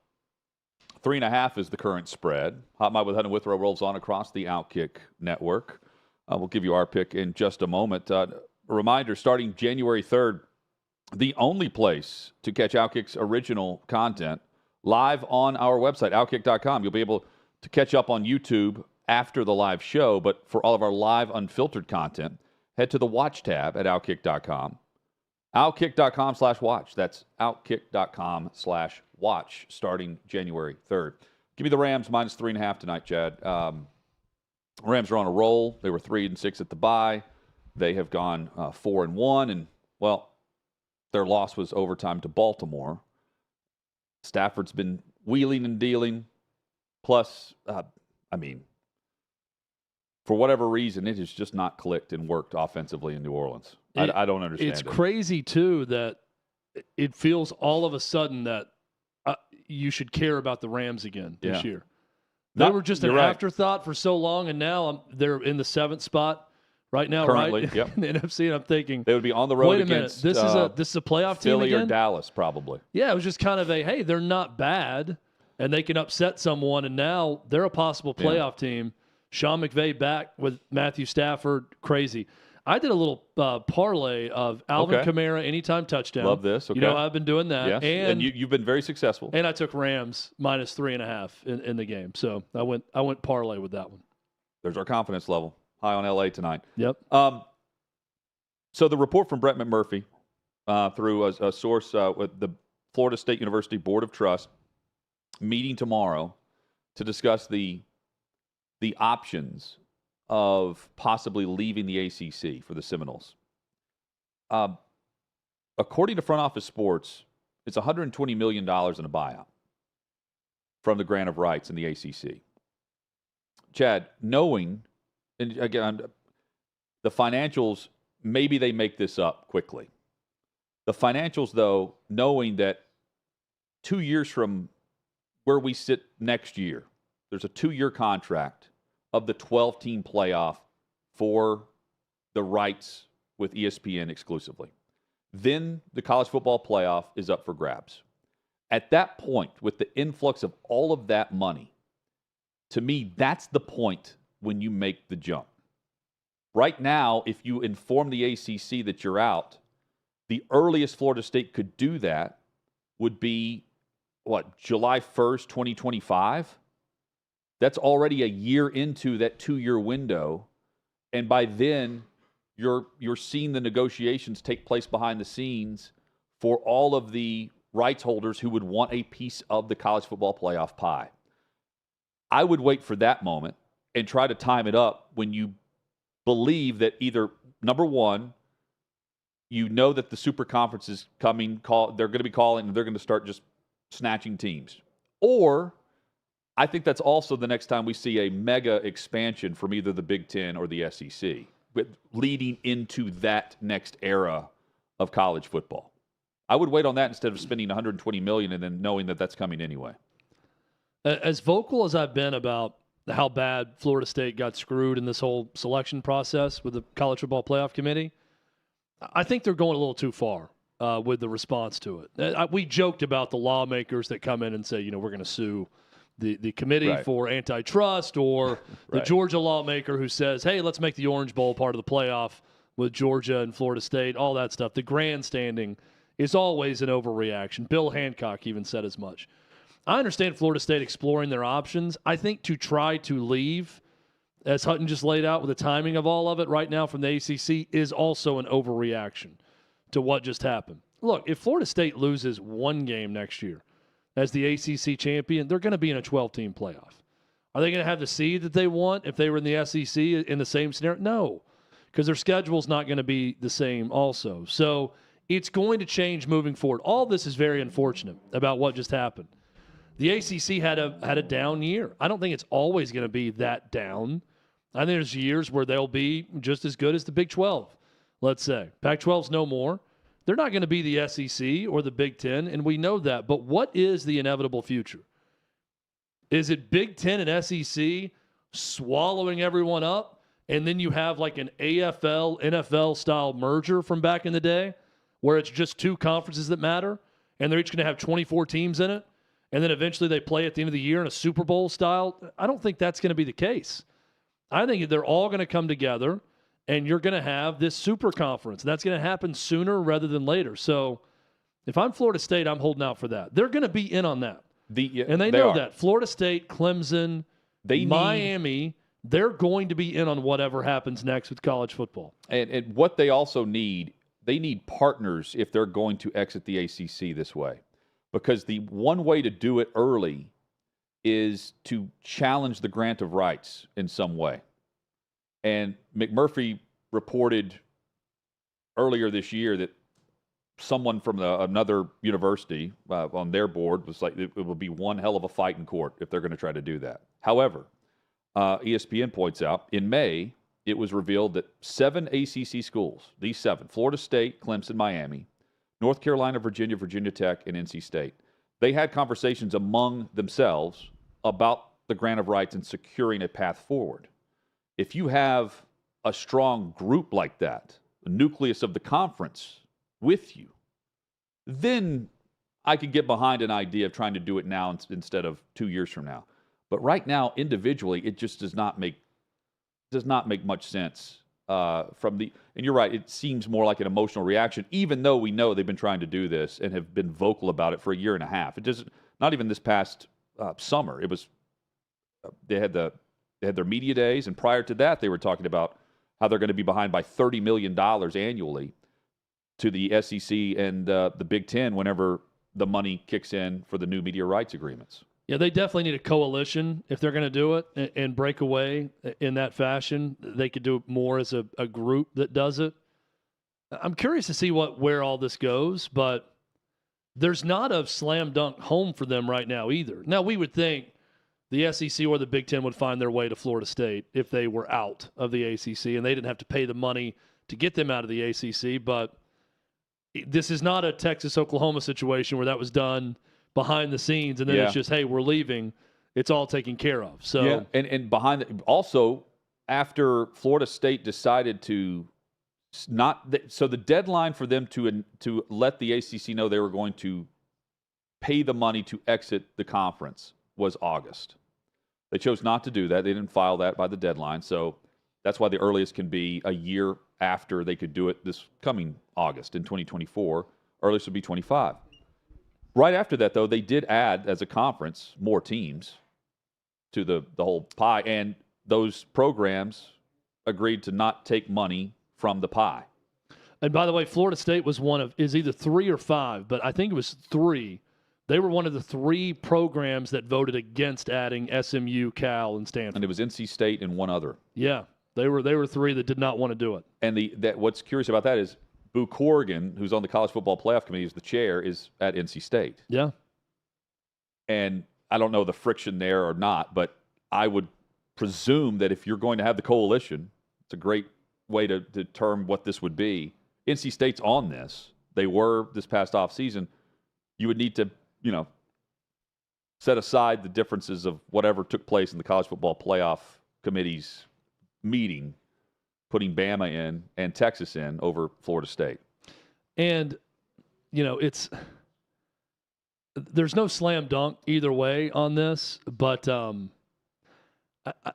I just think if you break away now solo, then you're really putting yourself at risk also if you're Florida State. And the ACC, have we heard much pushback from them? They should – Florida State's pissed off, but have we heard from Jim Phillips in the same manner?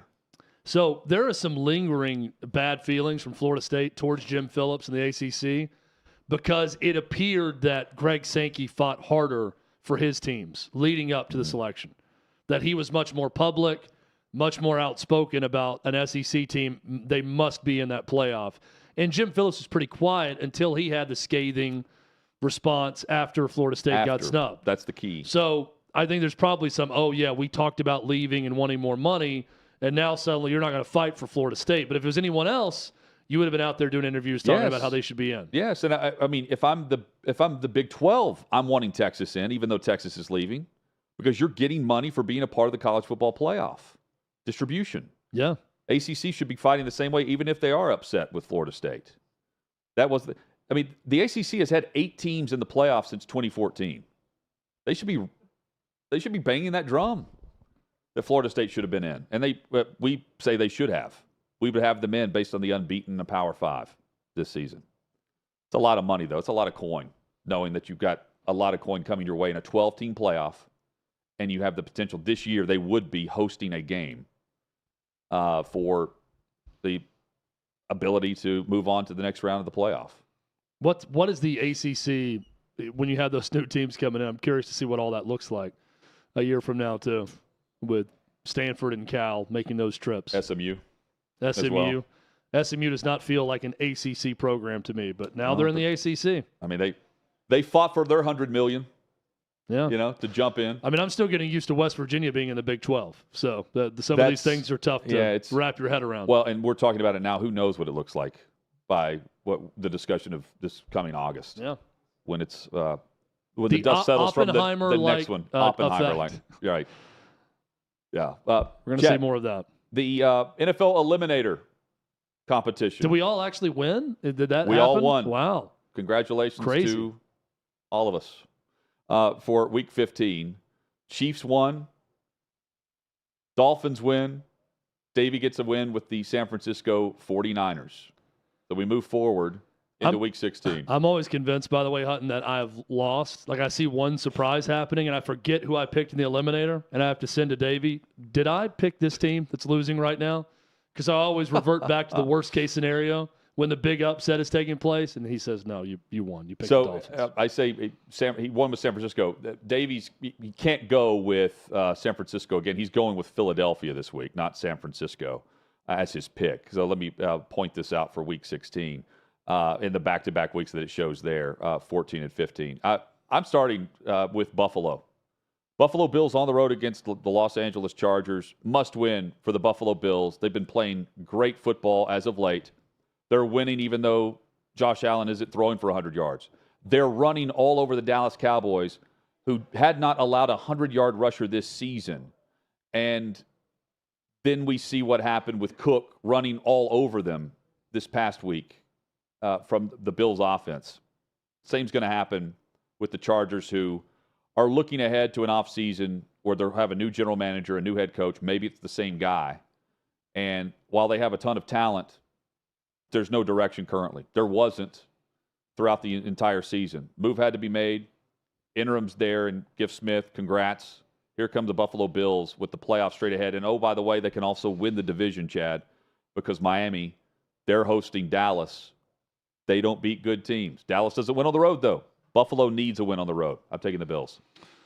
I'm going to go with not one of the best teams in the league. I know Davey went 49ers to Eagles, Chiefs to Bills. Yeah. I'm going the Denver Broncos. I just think the Patriots are dead. This is really simple for my decision on this. I think Denver's an 8.5 or 9.5 point favorite in this game. Double the spread. Give me the Broncos. This is a double the spread special, Hutton. 8.5. Give me the Broncos by 17. Love this game. Also, remember, you have Denver, who was playing good football until last weekend when they were boat raced by Detroit. Meanwhile, so many questions in New England. Bad ball, bad offense. Good luck, Bailey Zappi. Bad general managering. Bad coaching, maybe. Yep. Lot of bad going on right now in New England. That's probably going to end with Bill Belichick maybe coaching the LA Chargers. And maybe. Or someone else. And again, we are taking the Rams tonight -3.5. And only anytime touchdown is Alvin Kamara. Anytime touchdown. Make it happen. Enjoy the start to the weekend. Yeah. Maybe you're already on it. Football's here. Merry Christmas. Happy holidays. Back at it tomorrow, 3 o'clock Eastern for Hot Mic with Hutton Withrow right here on the OutKick Network.